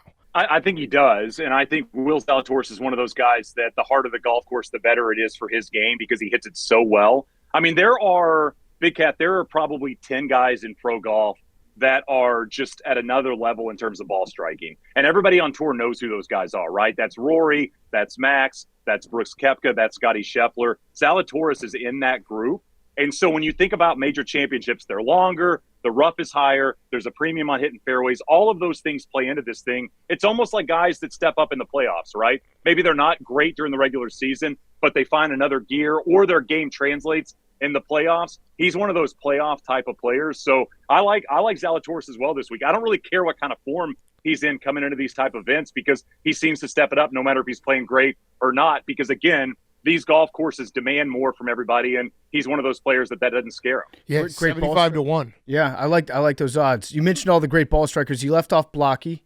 Oh yeah, Blocky's going to probably win this thing. Because it's a year. Point. It's a year to the point where he captured America's hearts for about 93 hours, and then he talked about Rory McIlroy. If he had Rory McIlroy's tee shots on every hole, what would he shoot? Would he be top 10, top 20? Career Grand Slam, probably. I mean, he probably would have won the Masters. He probably would have won Wells Fargo. He would win this week for sure. Thinking about Pinehurst, I think it plays at Pinehurst, so U.S. Open's his. And then Troon is where the Open's at. So, I mean, you're talking a Scotty-level run if Blocky could hit it like Rory. I'm with you there. Yeah, I mean, Blocky's not a bad guy, but I'll be honest. I'm rooting for him to finish dead last. It'd be fun. Yeah, it would be. No, it'd be fun. I want him to finish dead last, but I also want him to have a hole-in-one. Yeah, and still finish dead. I want him to finish dead last, and just be like, oh man, if he had Rory's distance. Would you rather make a hole-in-one and shoot your best score ever, or make a hole-in-one and shoot like an obnoxiously high score? Oh, obnoxious! Like 125. Yeah. So it just stands out. Yeah. Oh yeah, that would be way better if I shot like a 148 with a hole-in-one. It's hard to do. I'm with you. I mean, I think, again, you're going to frame the scorecard, right? Right. So why not make the hole-in-one the outlier? Right. Yeah. Yeah. It'd be great. We have to ask you about the Live merger because I feel at this point that when they made that announcement last year, they didn't have anything at all ready to go. They just got done with a meeting, and he was like, okay, I think we're going to do a merger. Let's do a press conference. They had no plans in place whatsoever. Am I off on thinking that it was just like a spur of the moment? We're going to make this announcement. no idea how it's going to work because people are resigning. It's not going anywhere. Nobody knows what the hell is going on. They didn't have shit ready to go when they said this last summer, did they? It feels like it. It feels like it was just kind of one of those things you throw out there. It's like the Hawks getting the number 1 pick, and you're going, we're going to rebuild, man. Like, look what we can do now with our team. Is there really a plan in the back room, or is everybody just high-fiving because they had the top pick? I don't really understand what's happening in the background. Everybody's leaving. Guys are getting voted off the pack. Rory's not allowed back on now. It seems as far as it's ever been in terms of a merger. The one thing I will say about LIV and the PGA Tour, it feels like the parties are more comfortable now, like almost being apart, if that makes sense. I don't know if you guys feel the same way in terms of observation, but it feels like LIV players are really comfortable being LIV players and PGA Tour players are really comfortable being PGA Tour players, and they're just kind of coexisting. They show up at the majors. They play practice rounds. I loved what Brooks said a couple of months ago when he was asked, if you had to play one round of golf the rest of your life with one pro, who'd you pick? And he said, Rory. Like, it seems like it's kind of simpatico between these two parties, and they're just kind of existing. But I don't know what happened last year. I don't know what's happened in 12 months. And it feels like every 6 weeks or so, we get a press conference that something's going to happen, and then nothing ever does. I feel like what happened was the PGA guys that stuck around, they realize that the PGA has been kind of full of shit on this. So they don't have that same animosity towards the LIV. They can't be like, you're leaving this great institution. We care so much about this institution and the future of the game, because they realize that, oh yeah, they don't have a plan in place. Nothing is happening. So it's like they've kind of come over to the other side, which is why we're seeing more and more players, I think, leave the PGA Tour. I think the PGA has a leaderboard problem, where on Sundays in every tournament, it feels like you just look at the leaderboard and you're like, what is this? Is this a major event? Is this an event that people usually play in? Or are you guys skipping this week? And then you look at the LIV leaderboard, and the irony is nobody's really watching the LIV, but the leaderboards look great. Hank is watching it, but the leaderboards look so much better. And that's what, casual golf fans like us care about, is just that one quick glance and be like, I don't know any of these guys. Yeah. Hey, what is Hank like outside of the Patriots? What is Hank like? That's a good question. Because I feel like I hear a lot of complaining, and I'm just wondering, like, Hank, can you give me 3 things you love in life? In life? Yeah, golf. Yeah, just in life. I don't complain at all. No. Golf, give it to us. Golf, family, podcasting, friends, vacation, the ocean. Hank is a big LIV golf fan. He is like a huge LIV golf fan. He turns it on all the time. Yeah. Hank, do you set your alarm and wake up early or no? No. I mean, I think the ones Big Cat's talking about was this last run when they were in Hong Kong and Singapore, and we were watching at night. Like, we were watching Sunday afternoon or Sunday night, and I was like, let's put on LIV. Yeah. I'm a big time. If golf's on, call me crazy. If golf's on, I'd rather watch live golf Than anything else. No, but like if it's on, I'm gonna watch it. Yeah. Well, like the LIV leaderboard thing has been so interesting because obviously they've got smaller fields, but the recipe for success in terms of somebody looking online or even watching it on the leaderboard is you're inevitably going to get 5 of those guys in the top 10 because they're just so much better than the guys maybe at the bottom 20. So Rahm's going to be involved. Brooks is going to be involved. Bryson's going to be involved. And so if you're a casual golf fan and you dive into the leaderboard, that makes a lot of sense. I will give the PGA Tour a little credit. It feels like the last couple of weeks we've had some better leaderboards, which has been nice because I'm with you, PFT. The first couple of months were relatively brutal in terms of leaderboards. Yeah. So if you were to take like a big outsider, like a type of long shot that we saw win some tournaments this year, who would be the biggest outsider that you would put money on? I think Sahith Theegala kind of makes sense there. I mean, again, you're talking about he's probably 150 to 1-ish, I'd say. Big Cat, you can check that and let me know. I mean, he's probably floating around that number. He ranked 6th in total strokes gained, 20th in driving distance, 12th in putting over the last 3 months. He's a guy that has been finding his game and getting more comfortable in terms of tour setups. He's also a guy that misses fairways and kind of lives by missing fairways. And when I say that, I mean, there are Will Zalatoris types that stripe it all the time. And then there are dudes that, like Phil Mickelson did this throughout his career, that hit it all over the place and could play from those spots. And I feel like Sahith is kind of modern Phil in that regard. So I'd say he's probably in that 100 to 125 to 1 range that I kind of like this week. Okay, so last question, Roback question, rhoback.com, promo code TAKE, 20% off your first purchase, Q-Zips, polos, hoodies, joggers, shorts, Roback.com, promo code TAKE. I know we talked about him at the top. Can Max win this tournament? Yep, absolutely. Okay. I think Max is an athlete that when he gets a taste, he gets a taste. You know, you think about Riviera in 2021, right? This is a guy that had longed to win that golf tournament. He wins Riviera, and then he wins 4 times in the next 2 years. He got a taste a little bit at the Open last year, finished at the top 10. Then he didn't have to answer any of those questions about major championship golf anymore. Then he gets to the Masters and gets himself in contention. I remember talking to Max after an event a few years ago, and he was close to winning. And I asked him kind of on Monday, how does it feel and where are you at? And he said, I just want to get back to that moment again. Like, I want to be back in the arena. I want to feel those same sensations that I just felt. And so I imagine that once he left Augusta National and a couple of days passed and he realized Scotty was just at a different level, I'm sure Max felt very similar to that. I think Max can absolutely win here. I think it's a good golf course for him.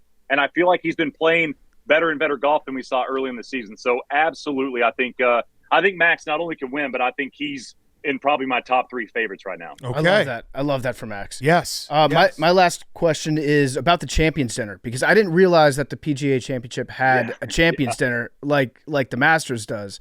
So it was last year, and I think JT made a little off-color joke about Mito, right? And then people talked about that for a while. When is the Champions Dinner for the PGA? Is it Monday? Is it tonight? I believe it's tonight. If that tells you anything, I'm not even sure the night it's on. I did just see Mark Brooks walking through the compound about 10 minutes ago, and he seemed to be leaving. So maybe he was going to get, cleaned up and put the suit on. But I think I'm pretty sure this dinner players have skipped in the past. So it doesn't quite feel like the one we see, obviously, at Augusta National. But as we know anything in sports, everybody's kind of a lemming. So once somebody does it, they're like, we should do that as well. And the PGA does it now. But I believe it's tonight. Okay. That's really the only reason I would want to win a tournament, to come back for those dinners. Would you go tux? Would you go suit? What would you go? I'd probably, I don't know, probably just a t-shirt, sweatpants. Just keep it comfortable. Lay it out there. Maybe it should be that. Maybe that should be their thing. Like the Masters does, you pick the menu. Maybe the winner of the PGA should pick the outfits everybody has to wear. You ever pick like a theme? Pick a theme for the night, like the Met Gala. That's smart. Yeah. Or I was just thinking back through all the college parties I went to. Probably all of those are not acceptable for mixed company, but that's fine. Yeah. All right. Well, Shane, thank you as always. We appreciate it, and have fun out there. And we'll be watching the whole thing. All right. Thanks, boys. Appreciate it. Shane Bacon is brought to you by Topgolf. It's golf. It's not golf. It's Topgolf. We've been to Topgolf. Whether you love golf or if you've never swung a club before, they're the place to play. Big Cat, I loved it when we went to Topgolf. Yes. Didn't you? We had all those competitions that we played. And we won. And I felt like me or you finished in first place in all of them. It was so cool. Yeah, no, we did. Yeah, we won all of them. It was great. What a great night it was. It doesn't matter if you're hanging out with the boys from the podcast, if you're on date night, guys trip, or just a fun afternoon activity for your friends, or if you're trying to evaluate every quarterback in the NFL draft, Topgolf is a place to go. Since they want everyone to play, Topgolf launched a new game. It's called Block Party. You remember Block Party, right? Yep. Block Party is super fun because it lets you score points no matter where your ball lands. That's right. Even if you don't get it in a target, you can literally aim anywhere and score everywhere. Then you can watch the points stack up. And when you're watching the points stack up, it's so much fun because you get all the points and you can be beating people that think that they're better than you at golf, hypothetically. With the launch of Block Party, now everyone can have a good time as they play Topgolf, even if you've never swung a club before. They have all the fun outside with the comfort of inside. They have climate-controlled bays with fans for use during these spring days. Topgolf Visit is an anytime activity, a family activity on a Thursday night, a Wednesday afternoon with your friends, a Monday midday break from the office with your coworkers.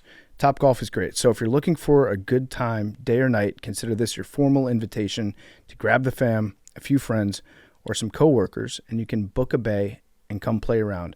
For details and to book your bay, go to topgolf.com/pardonmytake, where you can book a bay and come play around. That's topgolf.com/pardonmytake. Okay, let's finish up with guys on chicks. Before that, quick question. Should we be having Hank read these questions?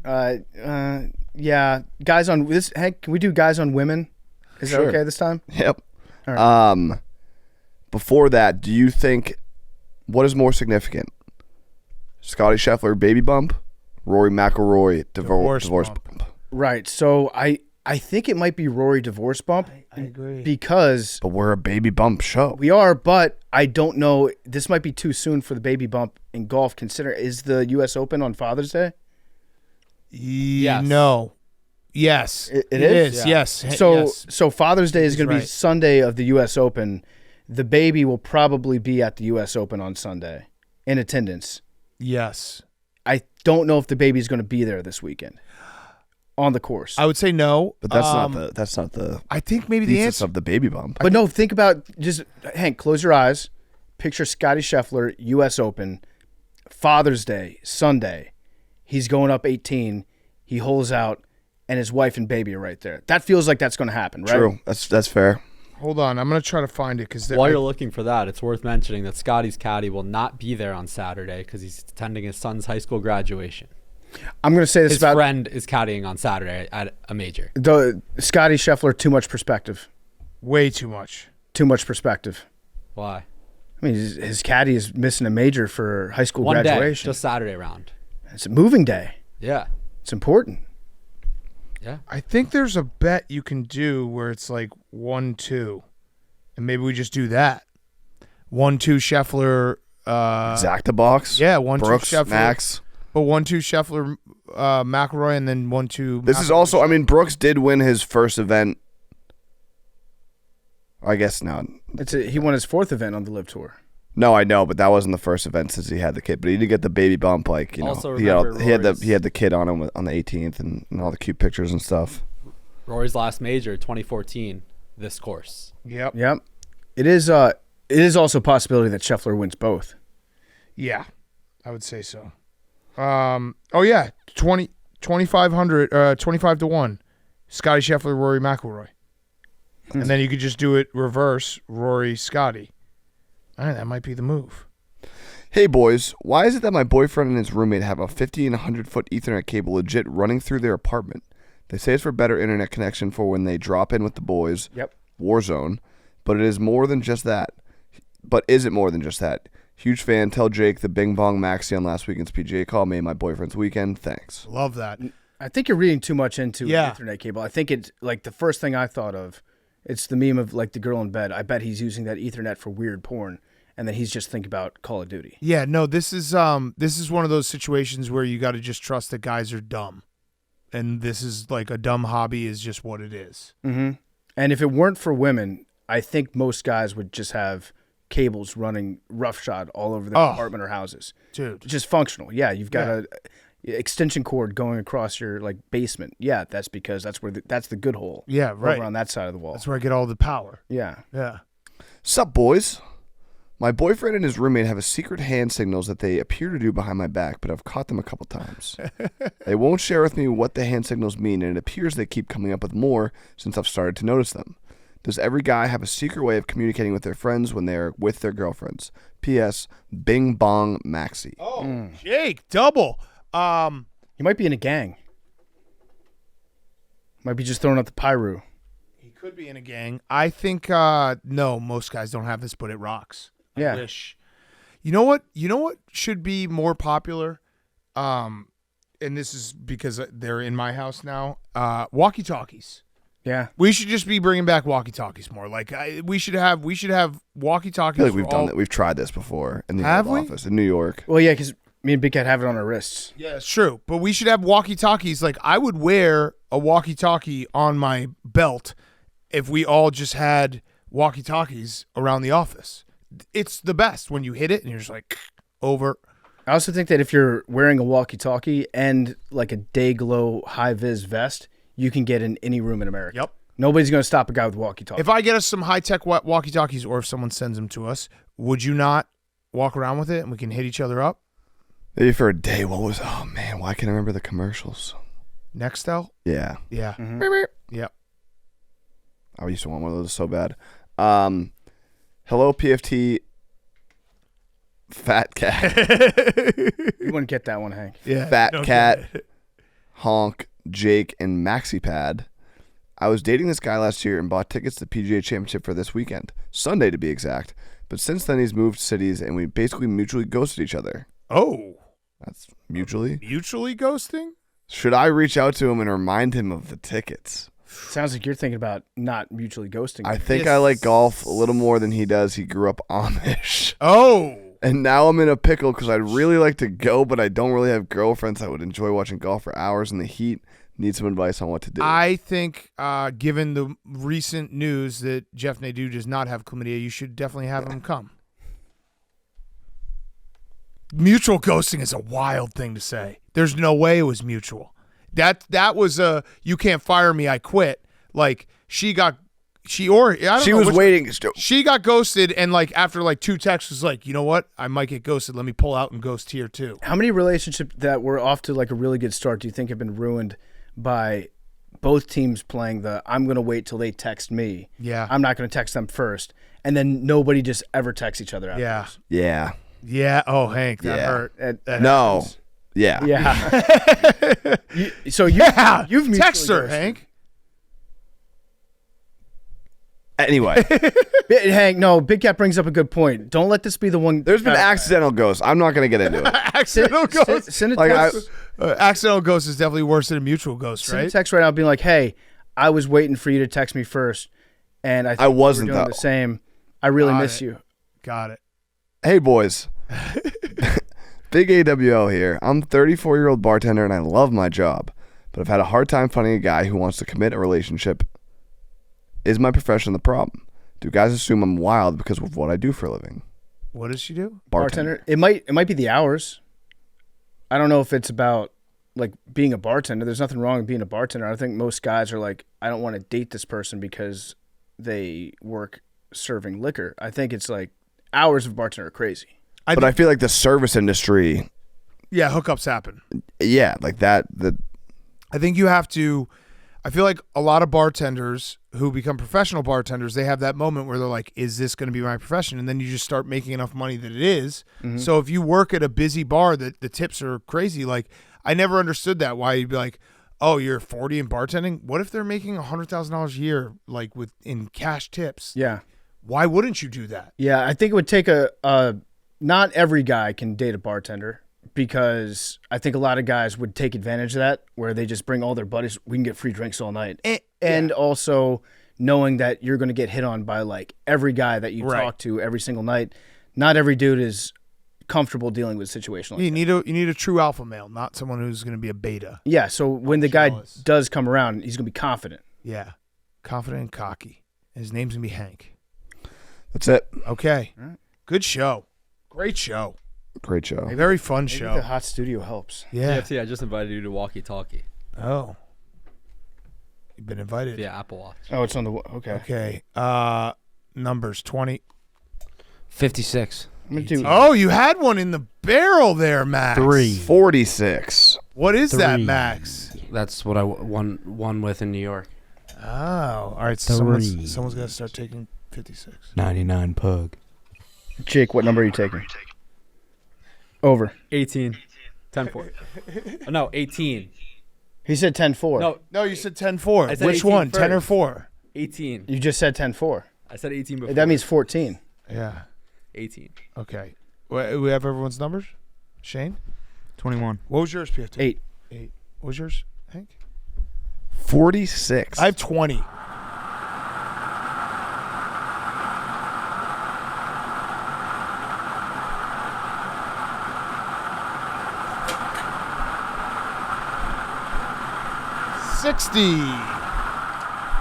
$60. Love you guys.